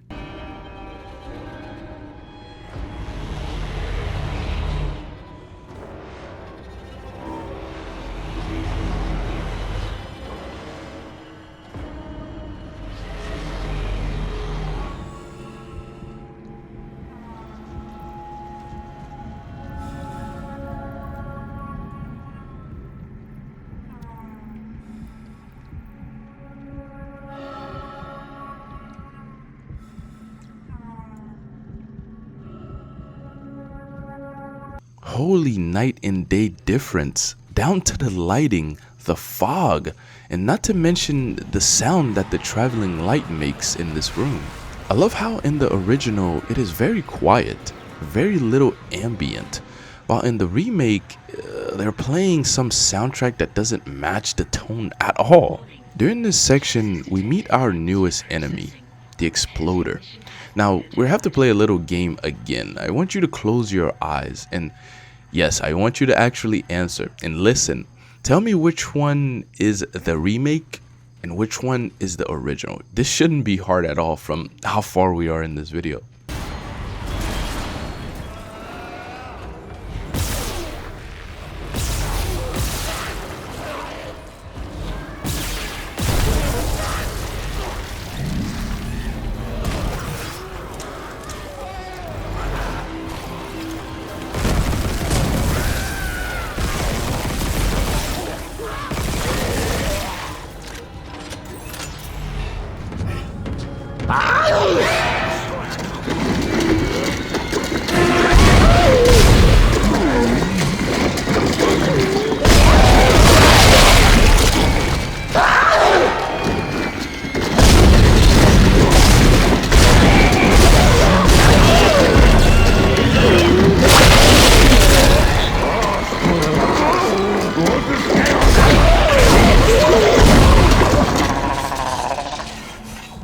Yet again, the remake failed to deliver the unique sound these enemies make.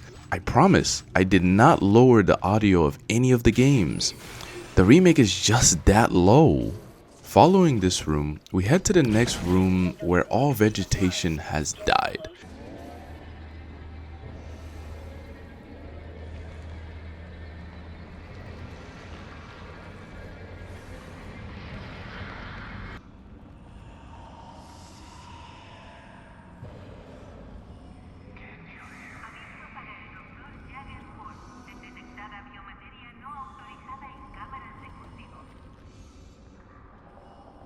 The ambient really matches this environment. You can hear trams in the background and people screaming.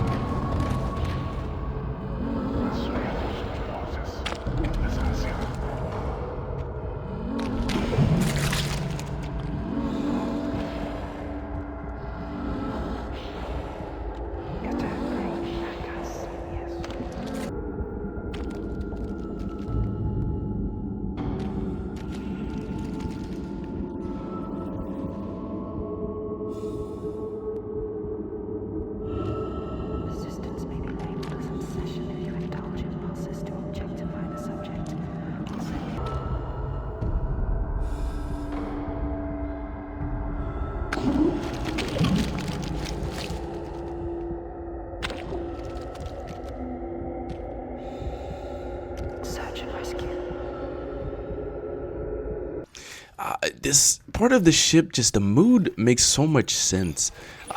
This game gives you the feeling of you're alone, but you're not alone. Also, with this ambient, it makes it feels like the ship is vast and more open than it is.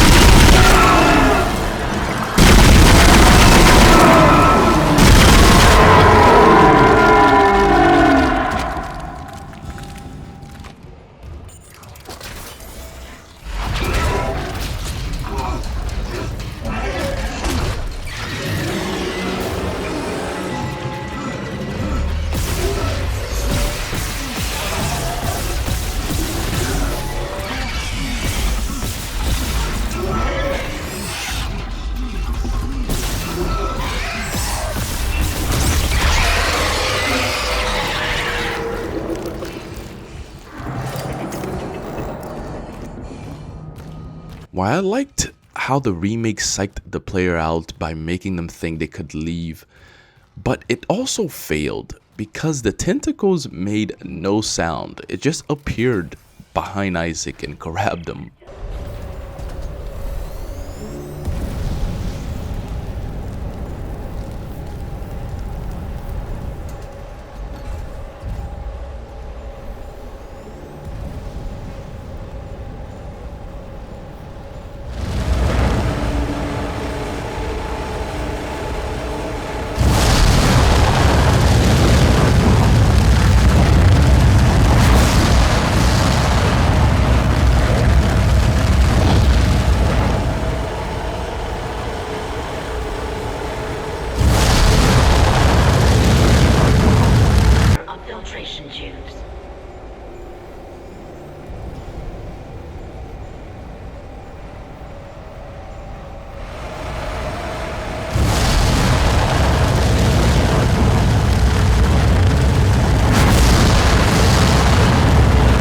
Remember, these are engines running on high power, so Isaac's ears should be hurting or ringing by the sheer loudness.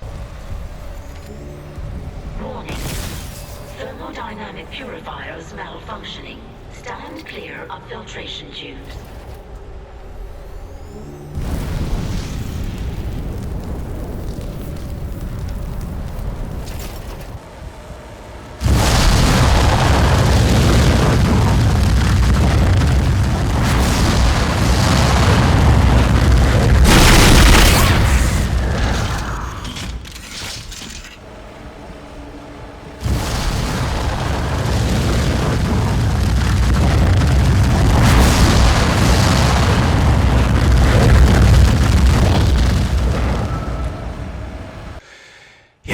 The remake, I don't know, it's just so muted. After getting rid of the toxin in this room, Isaac makes his way back to face the Leviathan, what's known as the Leviathan. Do you see how this specific area stayed the same?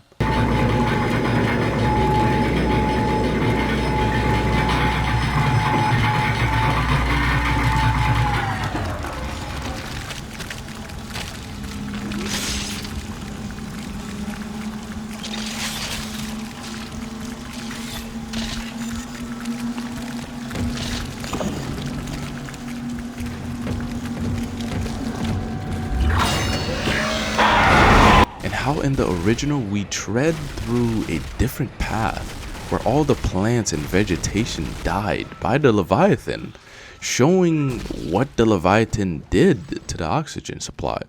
This is a huge change in the remake, honestly. While playing both Dead Space games, I notice how the remake tries way too hard to be cinematic. Take this 0G section for an example. Entering zero gravity.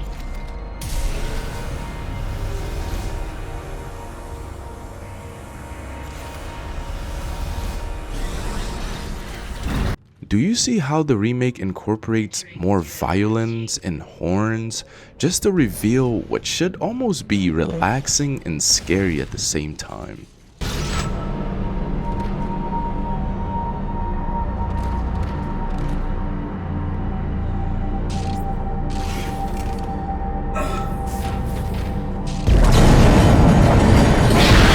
Do you hear that ring and muffled sound that the original uses to combine soothing and isolation? Just something you don't see in the remake. After restoring the nitrogen and oxygen to the correct levels, Isaac can now take down the Leviathan. And I think the comparison will do all of the talking here.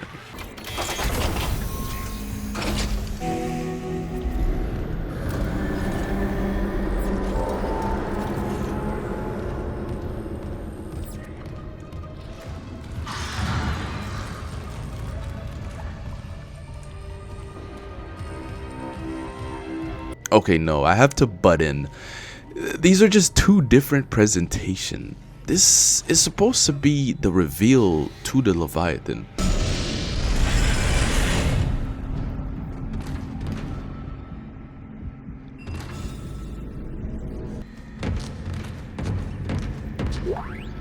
Hydroponics log, this is Dr. Cross. It's hard for me to believe what I'm seeing here. This is crazy. Absolutely crazy. I'm going to the mining deck. I hear that's where survivors are gathering. Jacob, I'll wait for you there.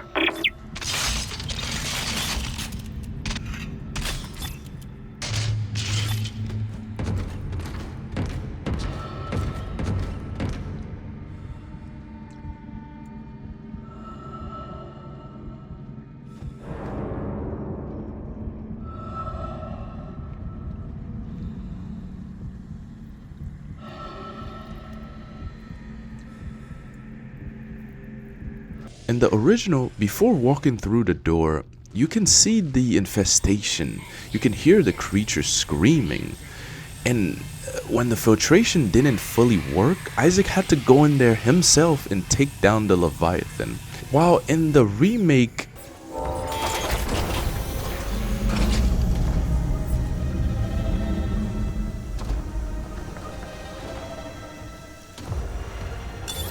Entering zero gravity.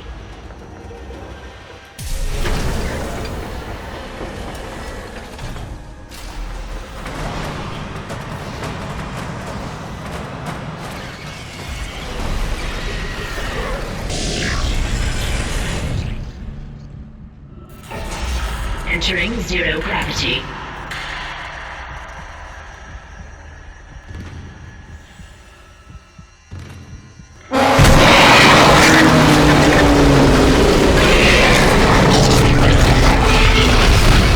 you walked in, it tried to reveal it to you slowly, but there was no build up, no intensity for the player to really know what they're going to get it themselves into.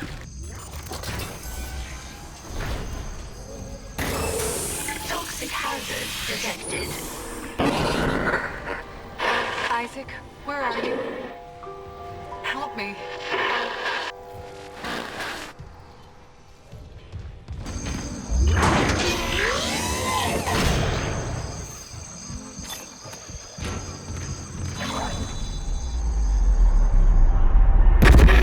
Isaac, make us whole again.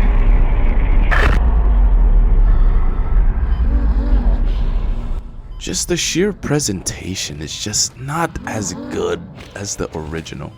Down to the lighting and the fog and the environmental change. Just so much good stuff in the original.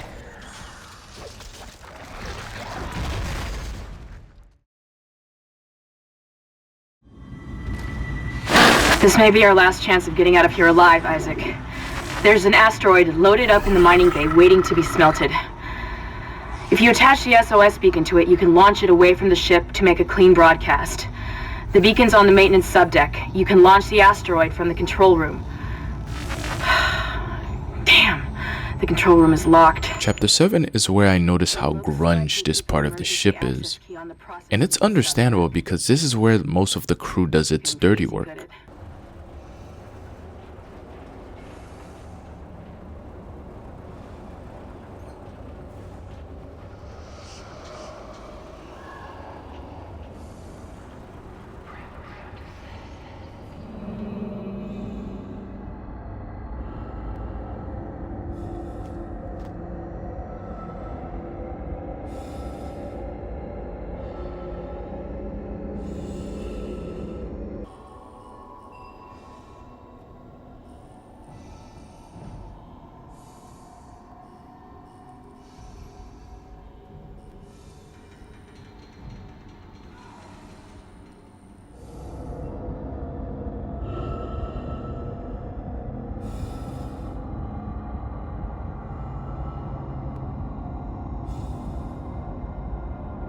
The remake has some rust on the floor, but the tone is still a bit short. I love how in the original, it has this brown mist in the air, and the lights have this more yellow natural light, as opposed to having fluorescent lights like in the remake.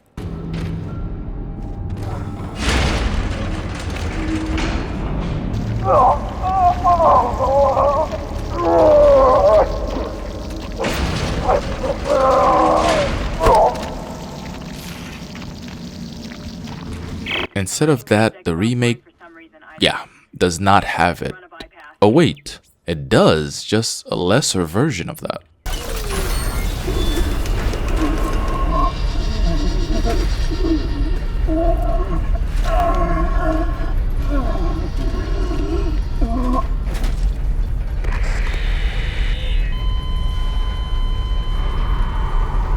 Isaac now makes his way to the gravity beam room, but before that, malfunction.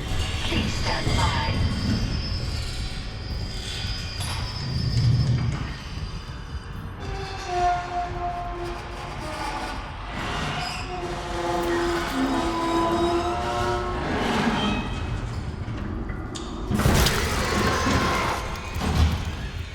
Now the remake decided to make this segment more dramatic, not big deal, by having the elevator come down to a hold. But in the original,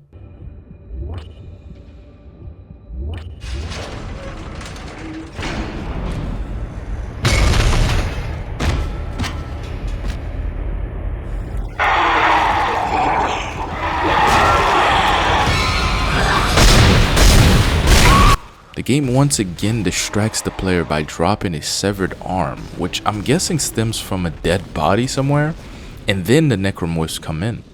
But the best slice of this piece of cake is after I defeated the Necromorphs, I hear this.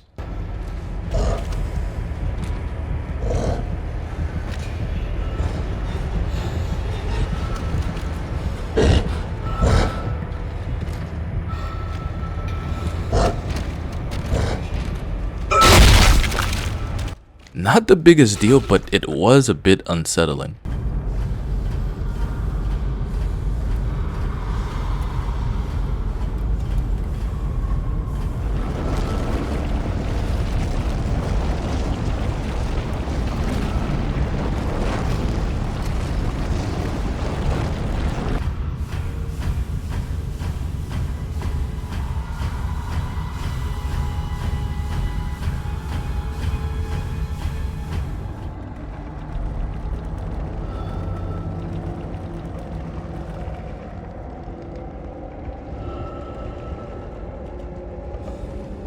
Now I do like how the remake finally added the yellow lights, but I would still argue the areas are too clean.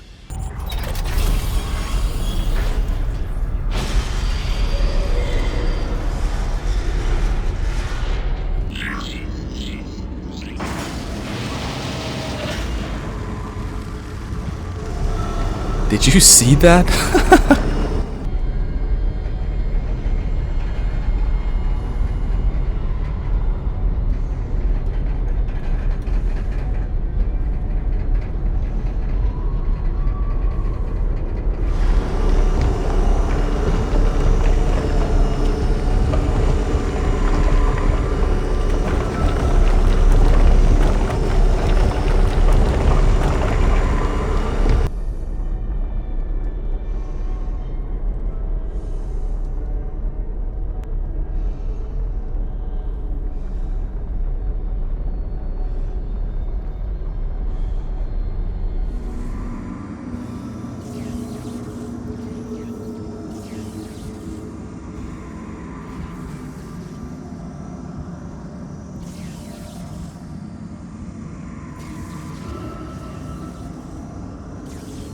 Next, Isaac had to get rid of pieces of asteroids stuck in a room that was hindering a door from opening.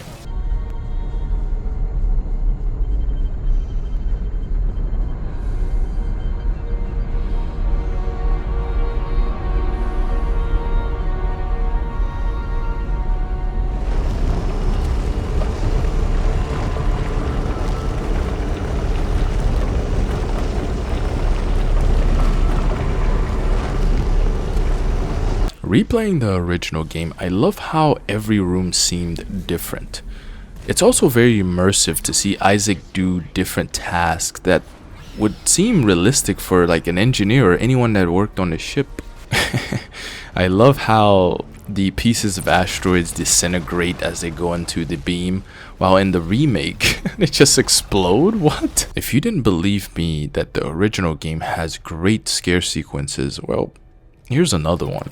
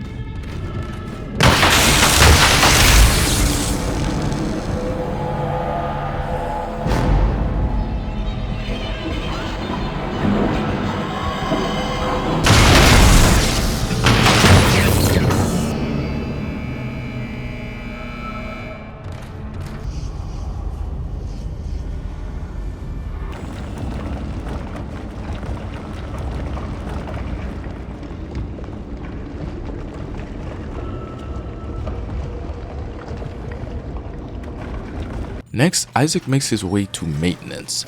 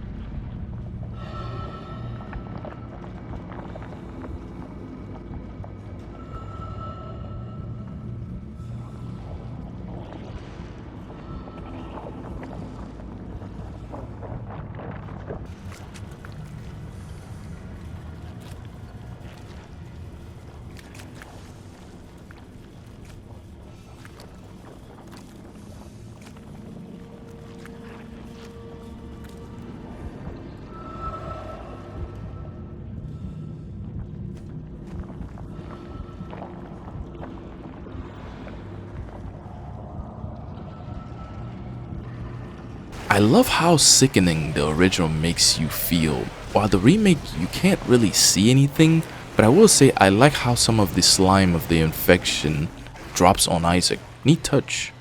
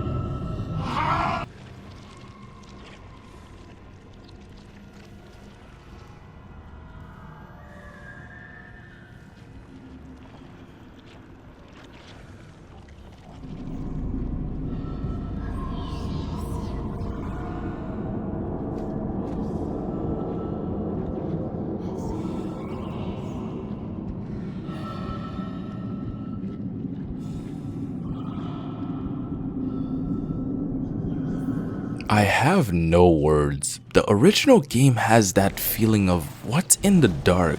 It's almost unexplainable. After this ride, by the player's surprise, Nicole showed up. But in the original game, this had an uncanny feeling about it because the player too was questioning if they were actually seeing Nicole.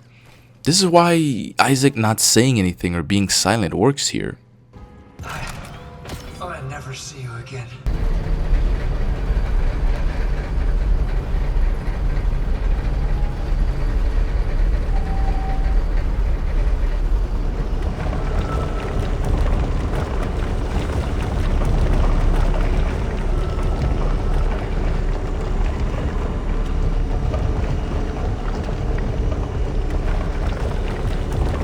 Next, Isaac makes his way to my favorite section of this part of the ship, the mining deck.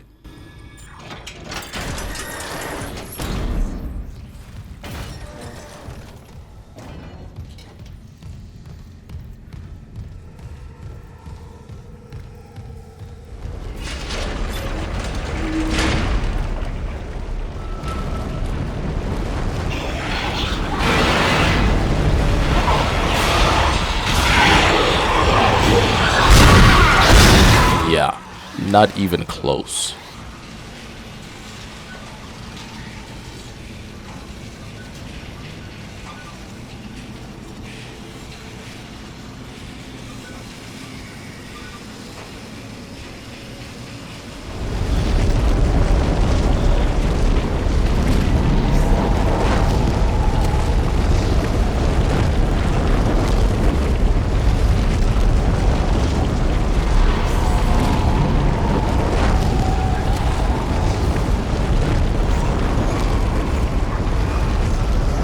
I love how this section is like a dust storm. Very cool.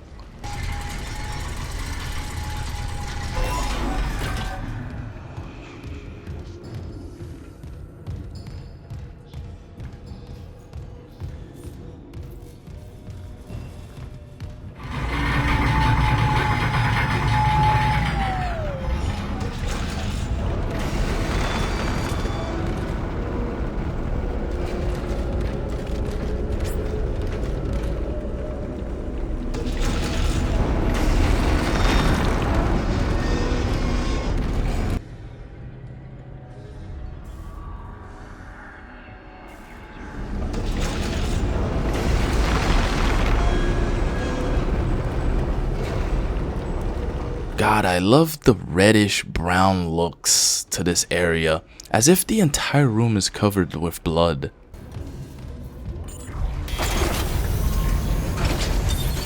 Entering zero gravity.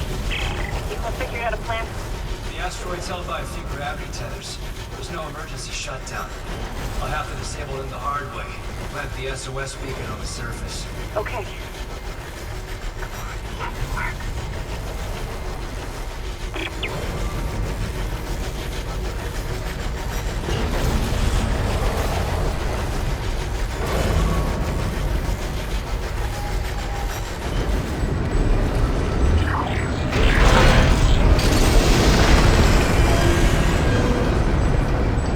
Entering zero gravity.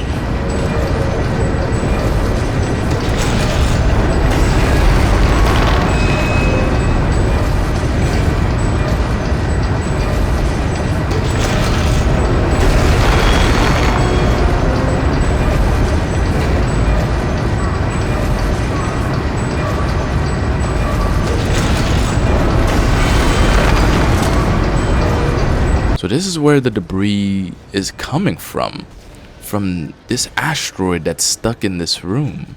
I love how this room is very loud due to the heavy machineries in the room. Another example that shows how muted the remake really is. Also, you do get to go out in space during this section. My God, the sound design is just exponentially better in the original.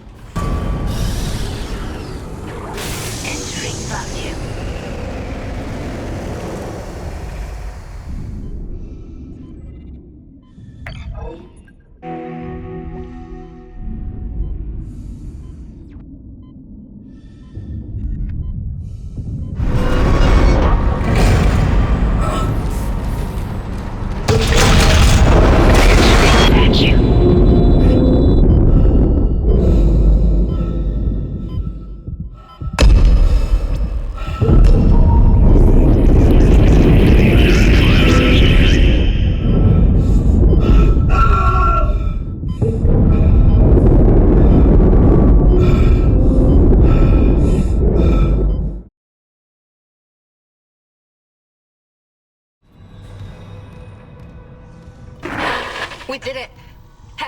Isaac, a ship just shocked in. The USM Valor. They must have heard our SOS. That fast? What's a military ship doing way out here? Out on patrol?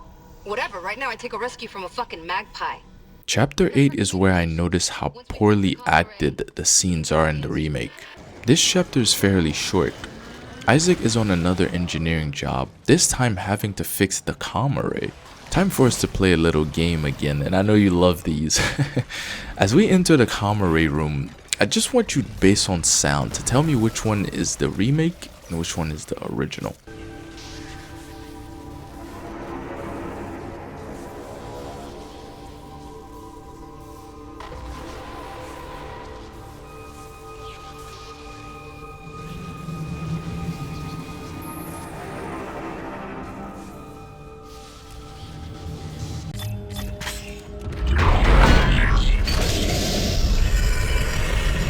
Entering zero gravity.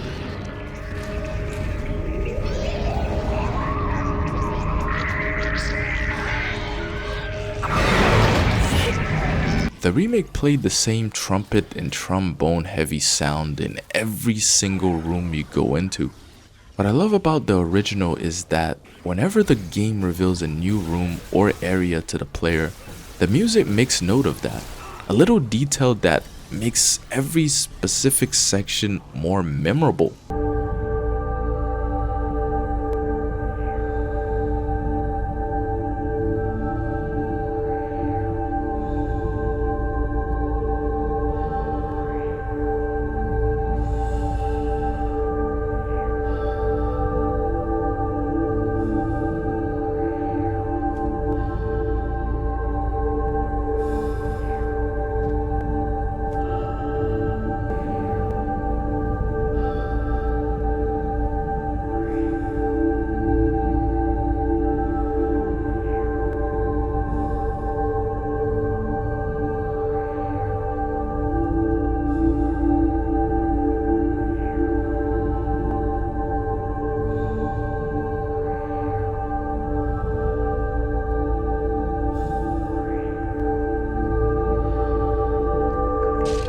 And this room is Exhibit C. I love the heavenly, almost hopeful sound this room gives off, with the ring and higher pitch notes after you fix the comm array, and then this scene happens.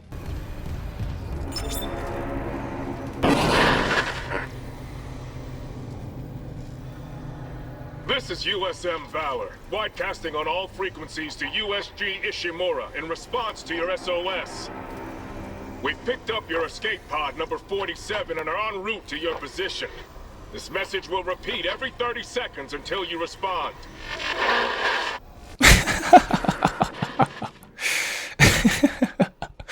Why is he yelling? You can't tell me this is the final product.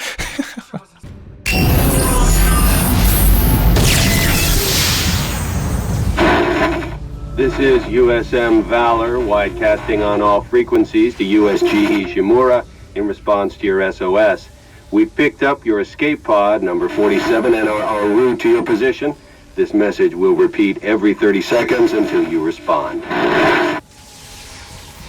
What? Isn't that the escape pod Hammond jettisoned?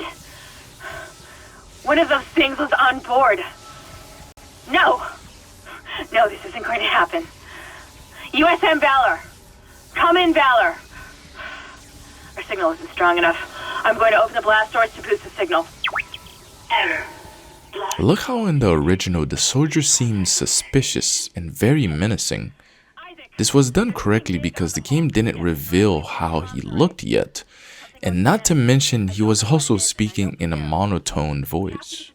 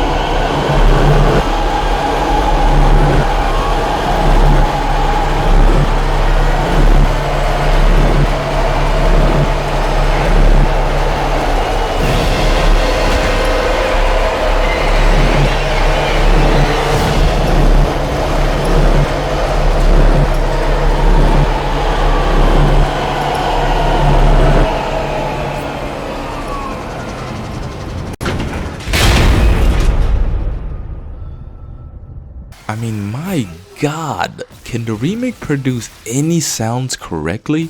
I remember hearing that the remake won some award, or at least was nominated for some award on sound design.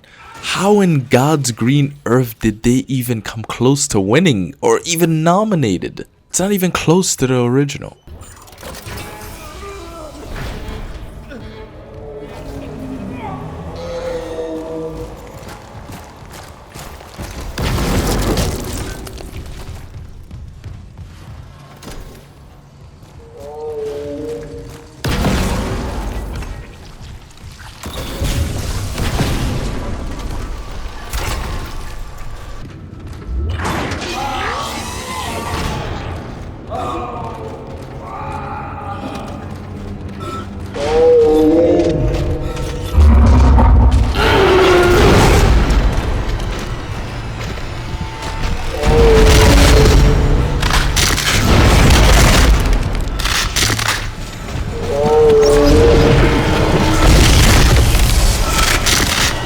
Exhibit D.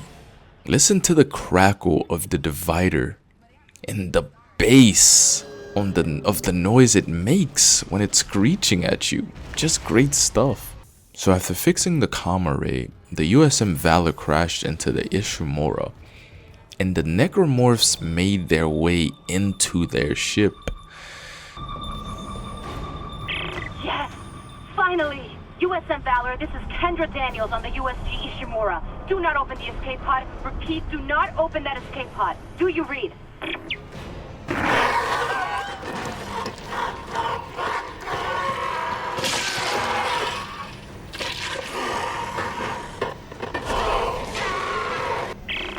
Yeah. The remake went with that.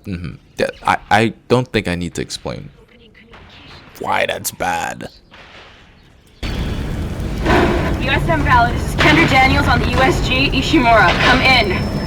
Do not open the escape pod. USM Valor, this is Kendra Daniels on the USG Ishimura. Come in. Do not open the escape pod. Damn it! Respond!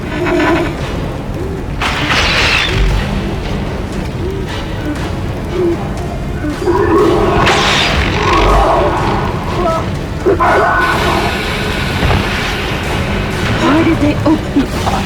Damn it. Oh my god. It's headed right for us. Isaac! Isaac! Fuck out of there!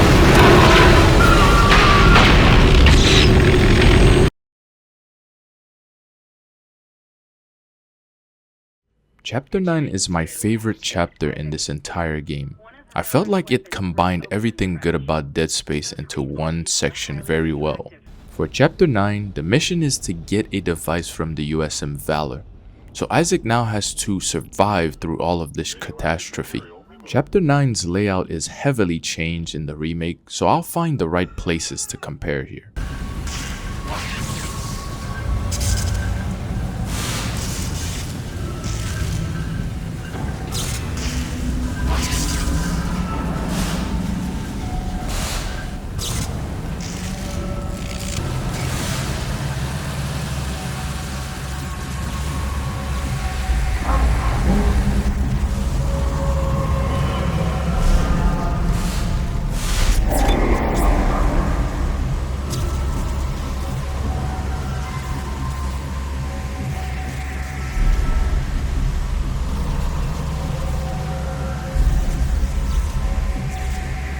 I love how the original, it always felt like something was hunting you down. I don't know if it was the intention, but man, there's always a whisper or a growl mixed into the ambience. And then you have this.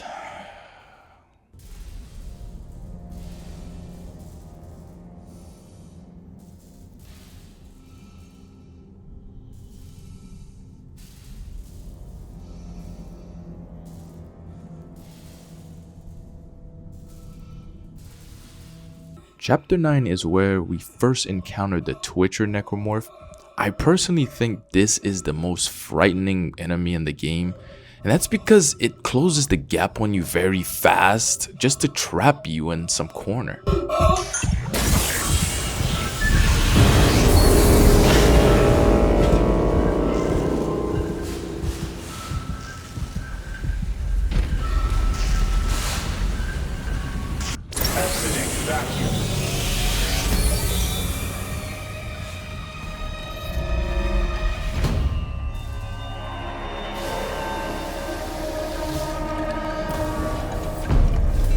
Notice how the remake didn't even bother to tease the player the enemy here.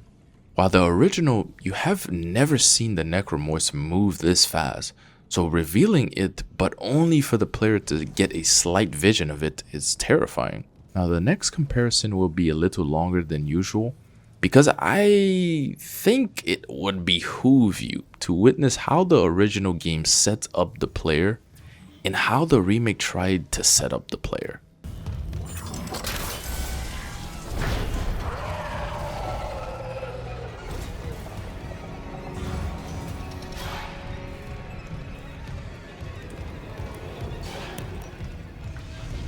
Isaac, we have a problem. The Valor's carrying a 12 megaton warhead. The crash hit the torpedo bay hard. I need you to handle that nuke right away, before something sets it off. Handle 12 megatons? You know I'm not a nuclear engineer, right? I don't need you to be. Just stabilize the warhead and eject it away from the Ishimura. Christ, Hammond. No one trained you to carve up monsters with a plasma cutter either. You haven't let us down yet.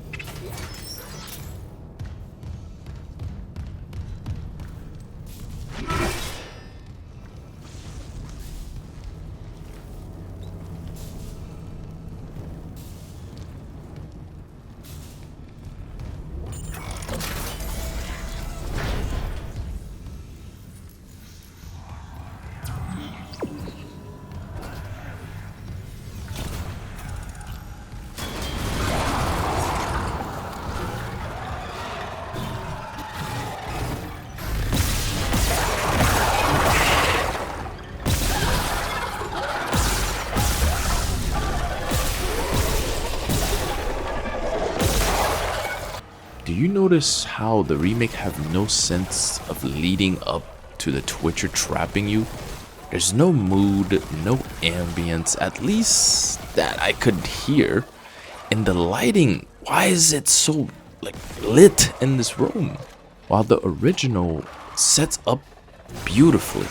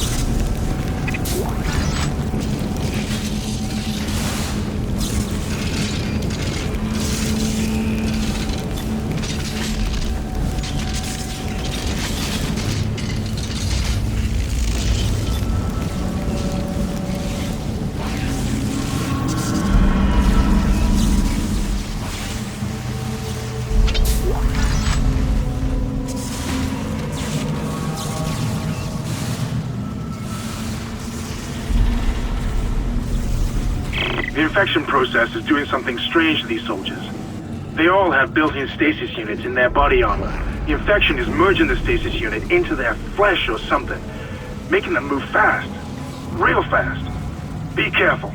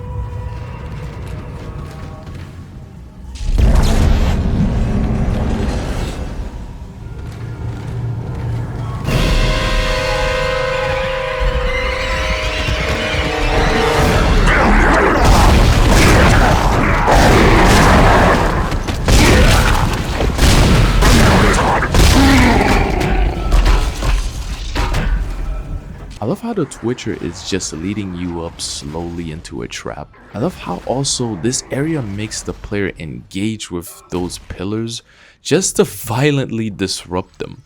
Why is that not in the remake? I also enjoy how the pillars make loud noises when they collide into each other.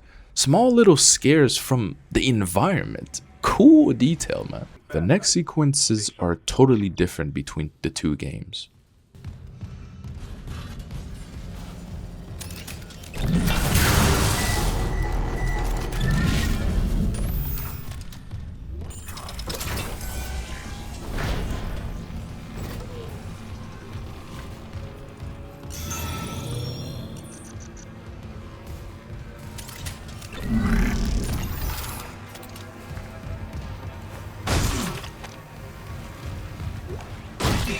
This is Commander Cadigan to all hands.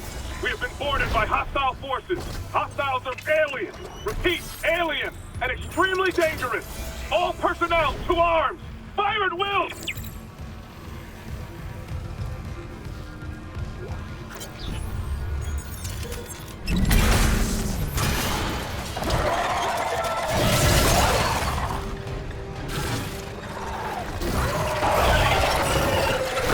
I love how in the remake you can tell the game is going to set you up because it forced the player to go into another room just to get a fresh battery, while in the original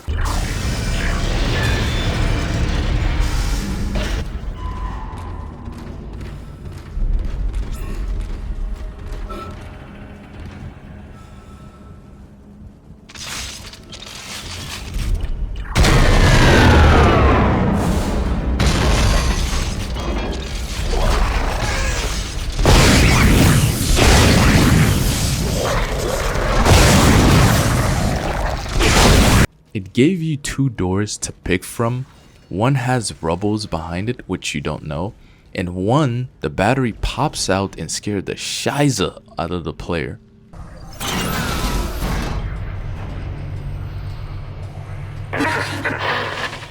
Mr. Clark? Hello? I must speak with you. Who is this? Dr. Terrence Kine, the Ishimura's chief science officer. I studied the marker for the church. I'm done talking to unitologists. But the planet won't rest until the marker is returned. You can't leave. Watch me.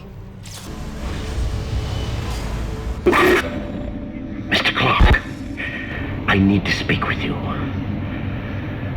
My name is Terrence Kine, Dr. Kine. Listen to me. There isn't much time.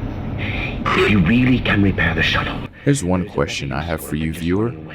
Why is Dr. Kine Indian? Next, Remake Isaac makes his way into the room containing the nuke. Now, I will say the remake has an up on the original here because they allow the player to die. The game spawns in exploders which forces Isaac to shoot the limbs instead of the giant weak spot. Hence, if they do, Isaac just explodes the entire room, causing him to die.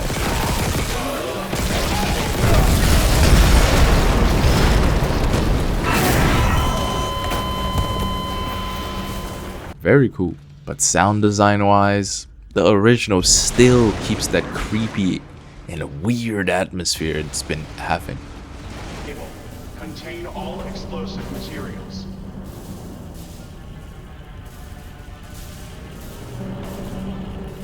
Caution. Warhead unstable. Contain all explosive.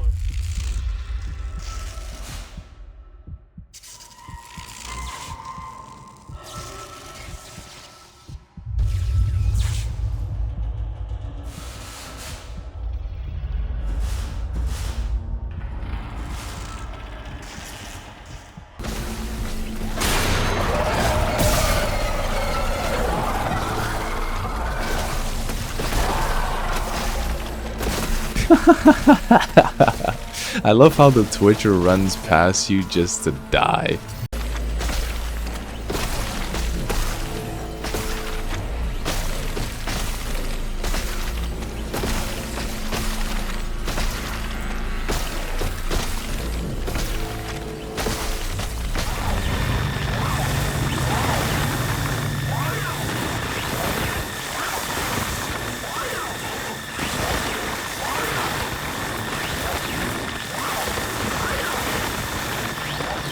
I also love how this room is tight and compacted in the original.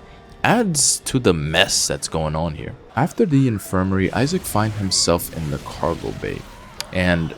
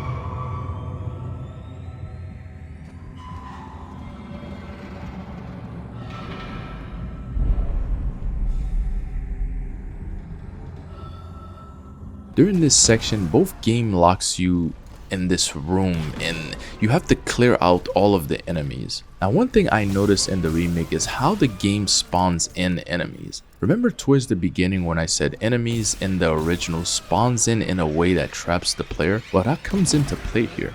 The game spawns in enemies based on where the player is located, and if you happen to stay by the entrance of this room, you will get trapped because the enemies will close in the gap. Not to mention, the remake spawns in enemies slowly, almost one at a time. And also, the remake adds this brute in here.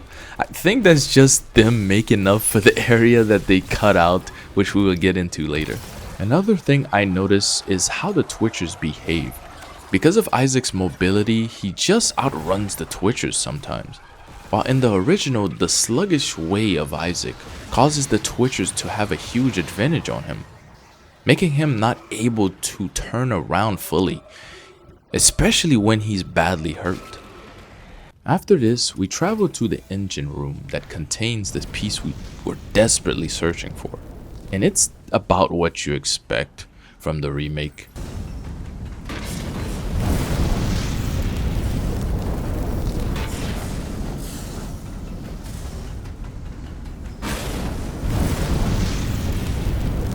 Muted, uninteresting, while in the original,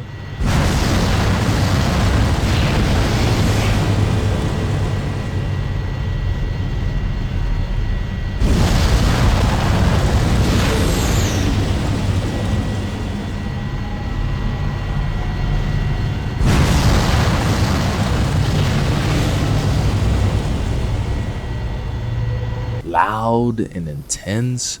Also, can you tell me how in the world can this small box block out this fire pressure? Unknown biohazard detected. Lockdown initiated.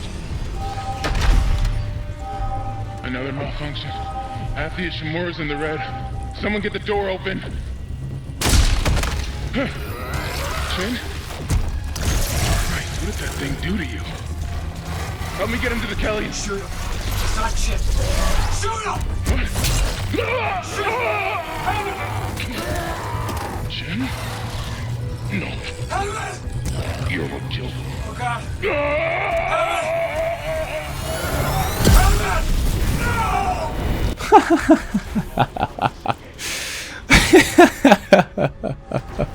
Someone please wake me up from this nightmare. This game was praised by a plethora of YouTubers.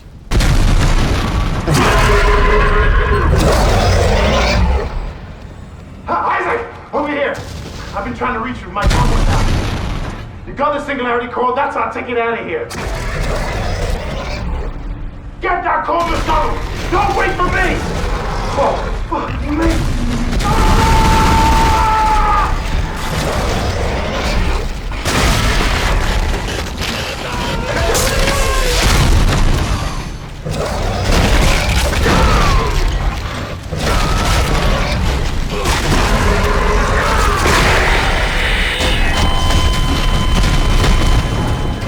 Must I explain why this is a lot better? Hammond was a ferocious leader of the group. When it came down to it, he went down fighting with honor. And just to see him get torn apart by this brute, as the body lands in front of you while he's missing a limb, it just makes you feel. More than the remake cutting this entire sequence to make us care about some character we never even cared about or knew. Not to mention the poor acting. After this tragedy, the USM Valor blows up, which leads us into chapter 10.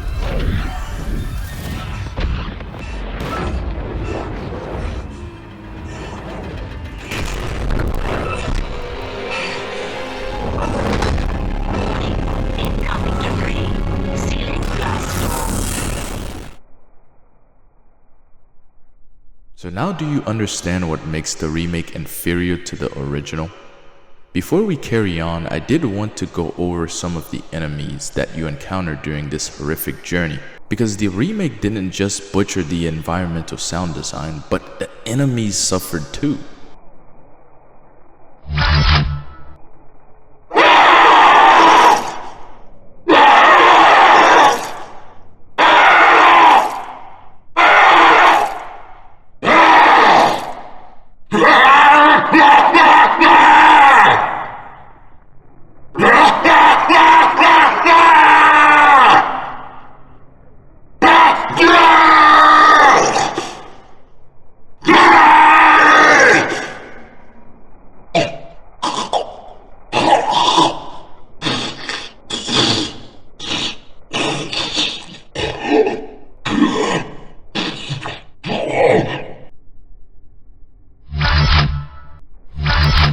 Hearing the slasher for the first time made me feel like he was in pain and extreme agony. Even the woman slasher, which you can tell is a woman not just because they have breasts, but the higher pitched screeches and squeals they have. The growls sounds like it's coming from inside the necromorph. And the slasher not only hurts you with its claws, but the loudness of its screeches.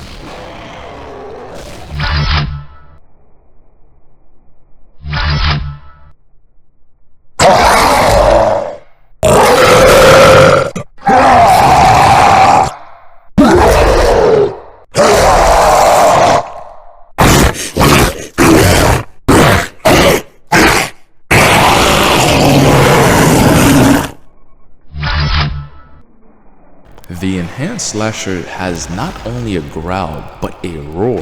Not only the strength and aggression of the enemy changes or increase, but also his roar and tenacity.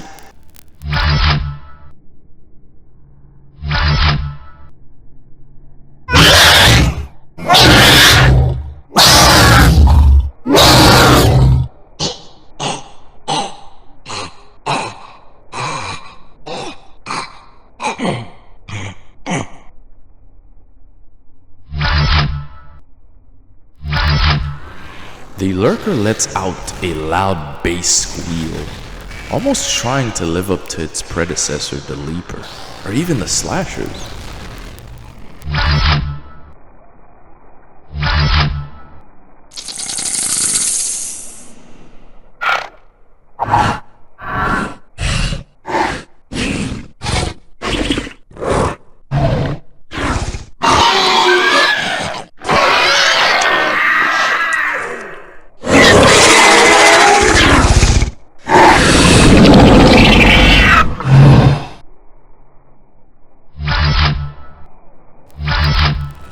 The Leaper has this ferocious screech, almost makes it feel like he can call onto the other necromorphs, like a siren.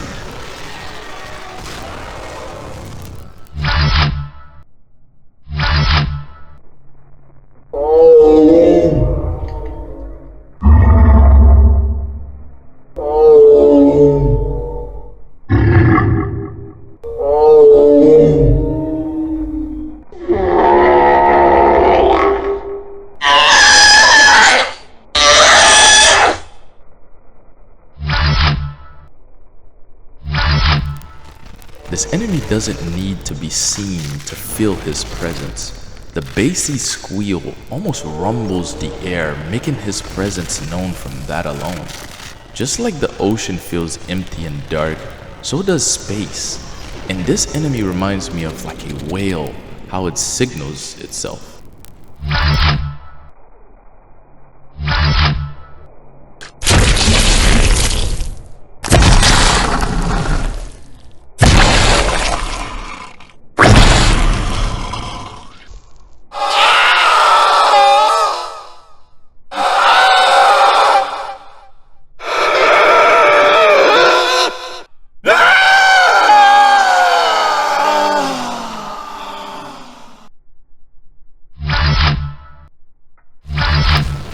The Wall Guardian is the most disgusting sound an enemy can make, taking a natural way of delivering life and turning it sinister, very unsettling.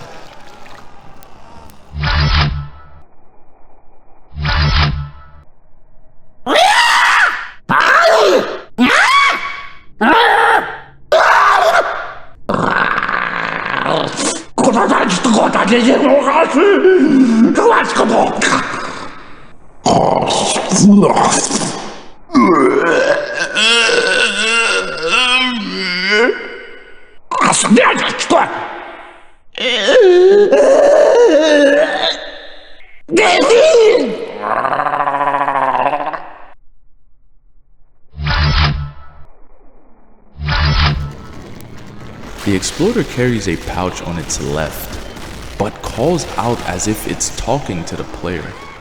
And when it dies, it lets out this crackling gurgle.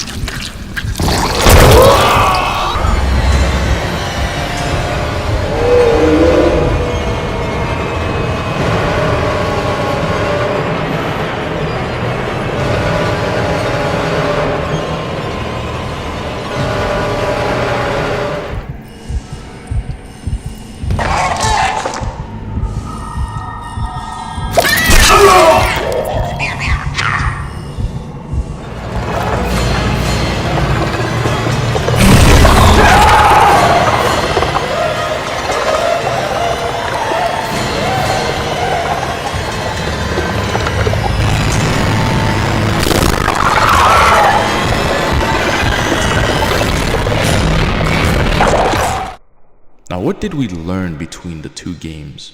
Well, in the original, not only the Necromorphs hurts you, but they themselves seems like they're in immense pain, constantly, with how they interact with the player. Whereas in the remake, their screeches are not only muted, but are less ferocious. And this is the cause of the devs wanting the Necromorphs to sound more like humans instead of monsters. So most of the Necromorphs sound exactly the same. In the original, their looks resemble human, but they were looked on as monsters, with their glowy eyes and drooling. Some instead of glowy eyes had hollow eyes. Sometimes you couldn't make out how they truly looked because they were bloody and extremely mutilated. The Dead Space suit is one of the most iconic designs in video gaming. No matter if you've played Dead Space or not, if you lived in the 2000s, you've seen this suit before. And this is another area where the remake failed. The level 1 suit is iconic because of the visor on the helmet. It made it look like a ghost. The suit also has no weight to it, which makes Isaac look agile, while in the remake, it's just bland.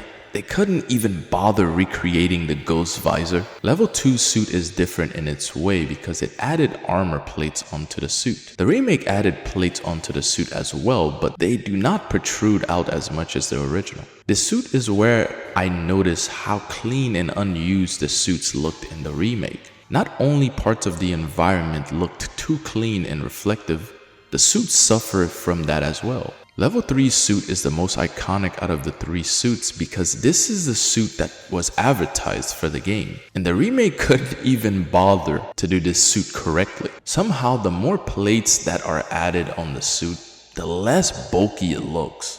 Check out the upper section of Isaac in the remake. It looks way too thin, while the original is more bulky and puffed up. Level 4 suit is my favorite one out of all of them because it looks the most different.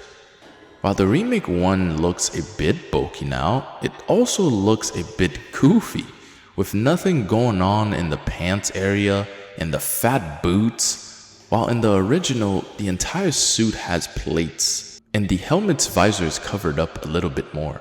And the original suit looks washed and worn out, kinda adds to the horror aesthetic. Level 5 suit is most likely your favorite suit if you've played the original game. This is where I realized all of the suits in the remake looks the same. Yes, they add things to the suits, but as you play the game more and more, they just blends in together. Whereas in the original, I don't have to show you the suits and you can describe each of them. Why? Well, because the devs made sure they look different. This suit also brought out the grunge and scratched up look, very used and dirty, almost seemed ancient. And finally, the level 6 suit. I mean, my god, what in the world were they thinking here? The remake suit looks like what a biker would wear. It's skin tight and it takes on the shape of Isaac, while in the original, it's puffy, bulky, worn out, and full of lint.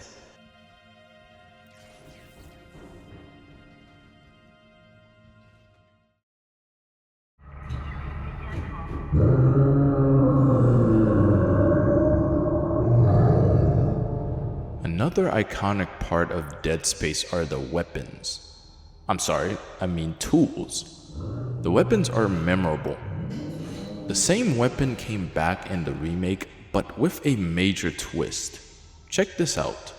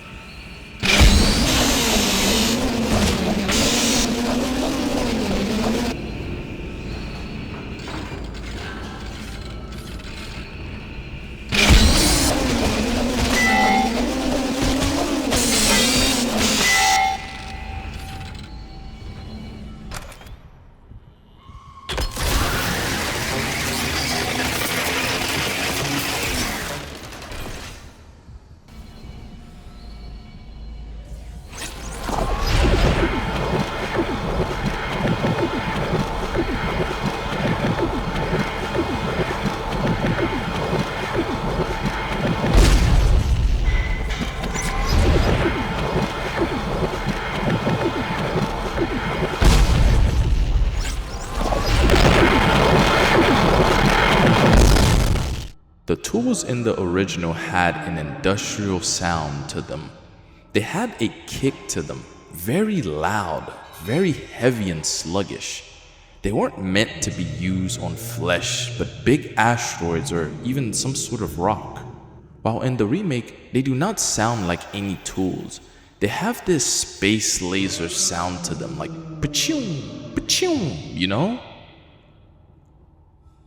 One weapon I did want to focus on was the Reaper. The first time I remember using the Reaper, it felt like I was performing surgery on the Necromorphs with the sound that it made.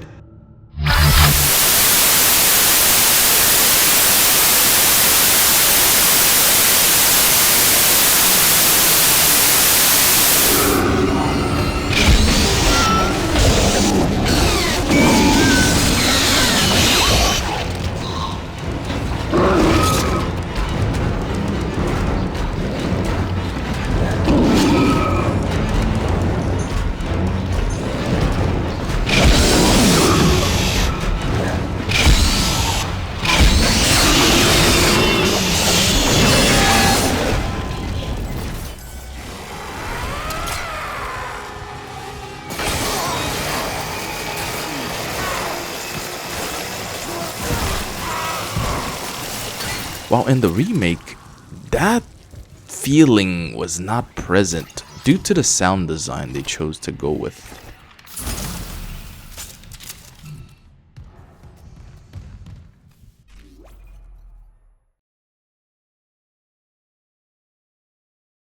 And that's going to be that right there. I think I'm going to end the video here because the next few chapters are basically a lore explanation and story explanation. Yes, they still have their moments, but I think I've shown enough and I've shown everything I could about the game. I mean, we went all the way to chapter 9. I think I've shown everything.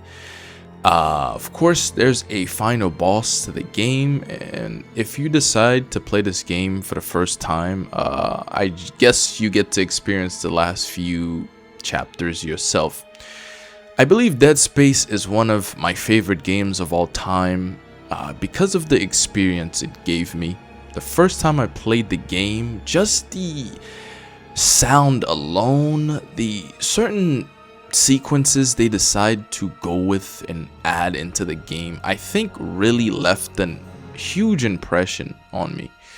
Of course, the game is not as scary now because I've played so many games throughout the year, and also I am an adult now. I think I've played the game during my teenage, almost like, teenage years. And I will say the first time I played the game, it was extremely scary.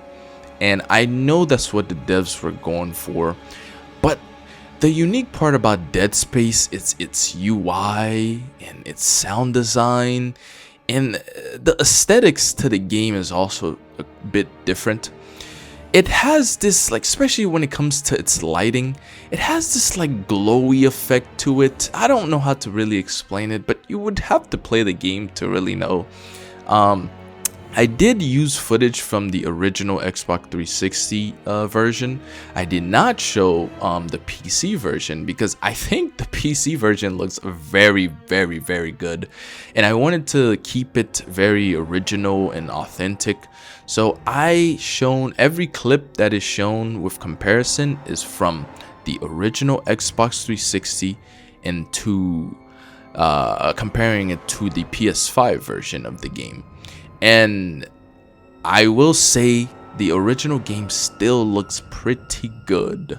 And depending on the monitor you're playing the game on, it can get very, very dark sometimes. And the game almost forces you to use the little flashlights that are on the weapons, or tools, I should say. And if you made it this far into the video, I thank you a lot. This is the longest video in the entire channel, and you made it this far, and I appreciate that. I mean, if you actually make it this far, which I doubt you would make it this far, but if you did make it this far, and the small minority that made it this far, I do thank you. And if you didn't make it this far, I still thank you too. But the one that watched all the way to the end shows that they either like Dead Space a lot, or they actually like the video enough to stick around this long. And I thank you for watching. Next video should be on the Dark Souls games, the From Software games. I will do an entire tier list. This one might be even longer than this one. I don't know if I want to continue to make. I will, but if you want me to continue making these videos, you're going to have to be patient because I do have a job. Not that I want to quit making videos like this, but it's going to take me a while because I do have a full-time job. I want to stream in the middle of that. I want to also make reviews and maybe games that I've played, modern games that I've played. So you're going to have to be a bit patient, but I will make more videos like this. So the Souls games are the next games. They're not really comparisons, but they are my tier lists on, the Souls games. I'm going to try to go kind of in depth into some of the bosses and my favorite bosses, my favorite stages, my favorite games, my favorite soundtrack or OST and the games. I think that should be fun. We will be streaming every single one of them. So from like Demon Souls all the way to Elden Ring. So that's that. Thanks again for watching. Thanks for being around. Thanks for watching this far. I'm just going to let you go here.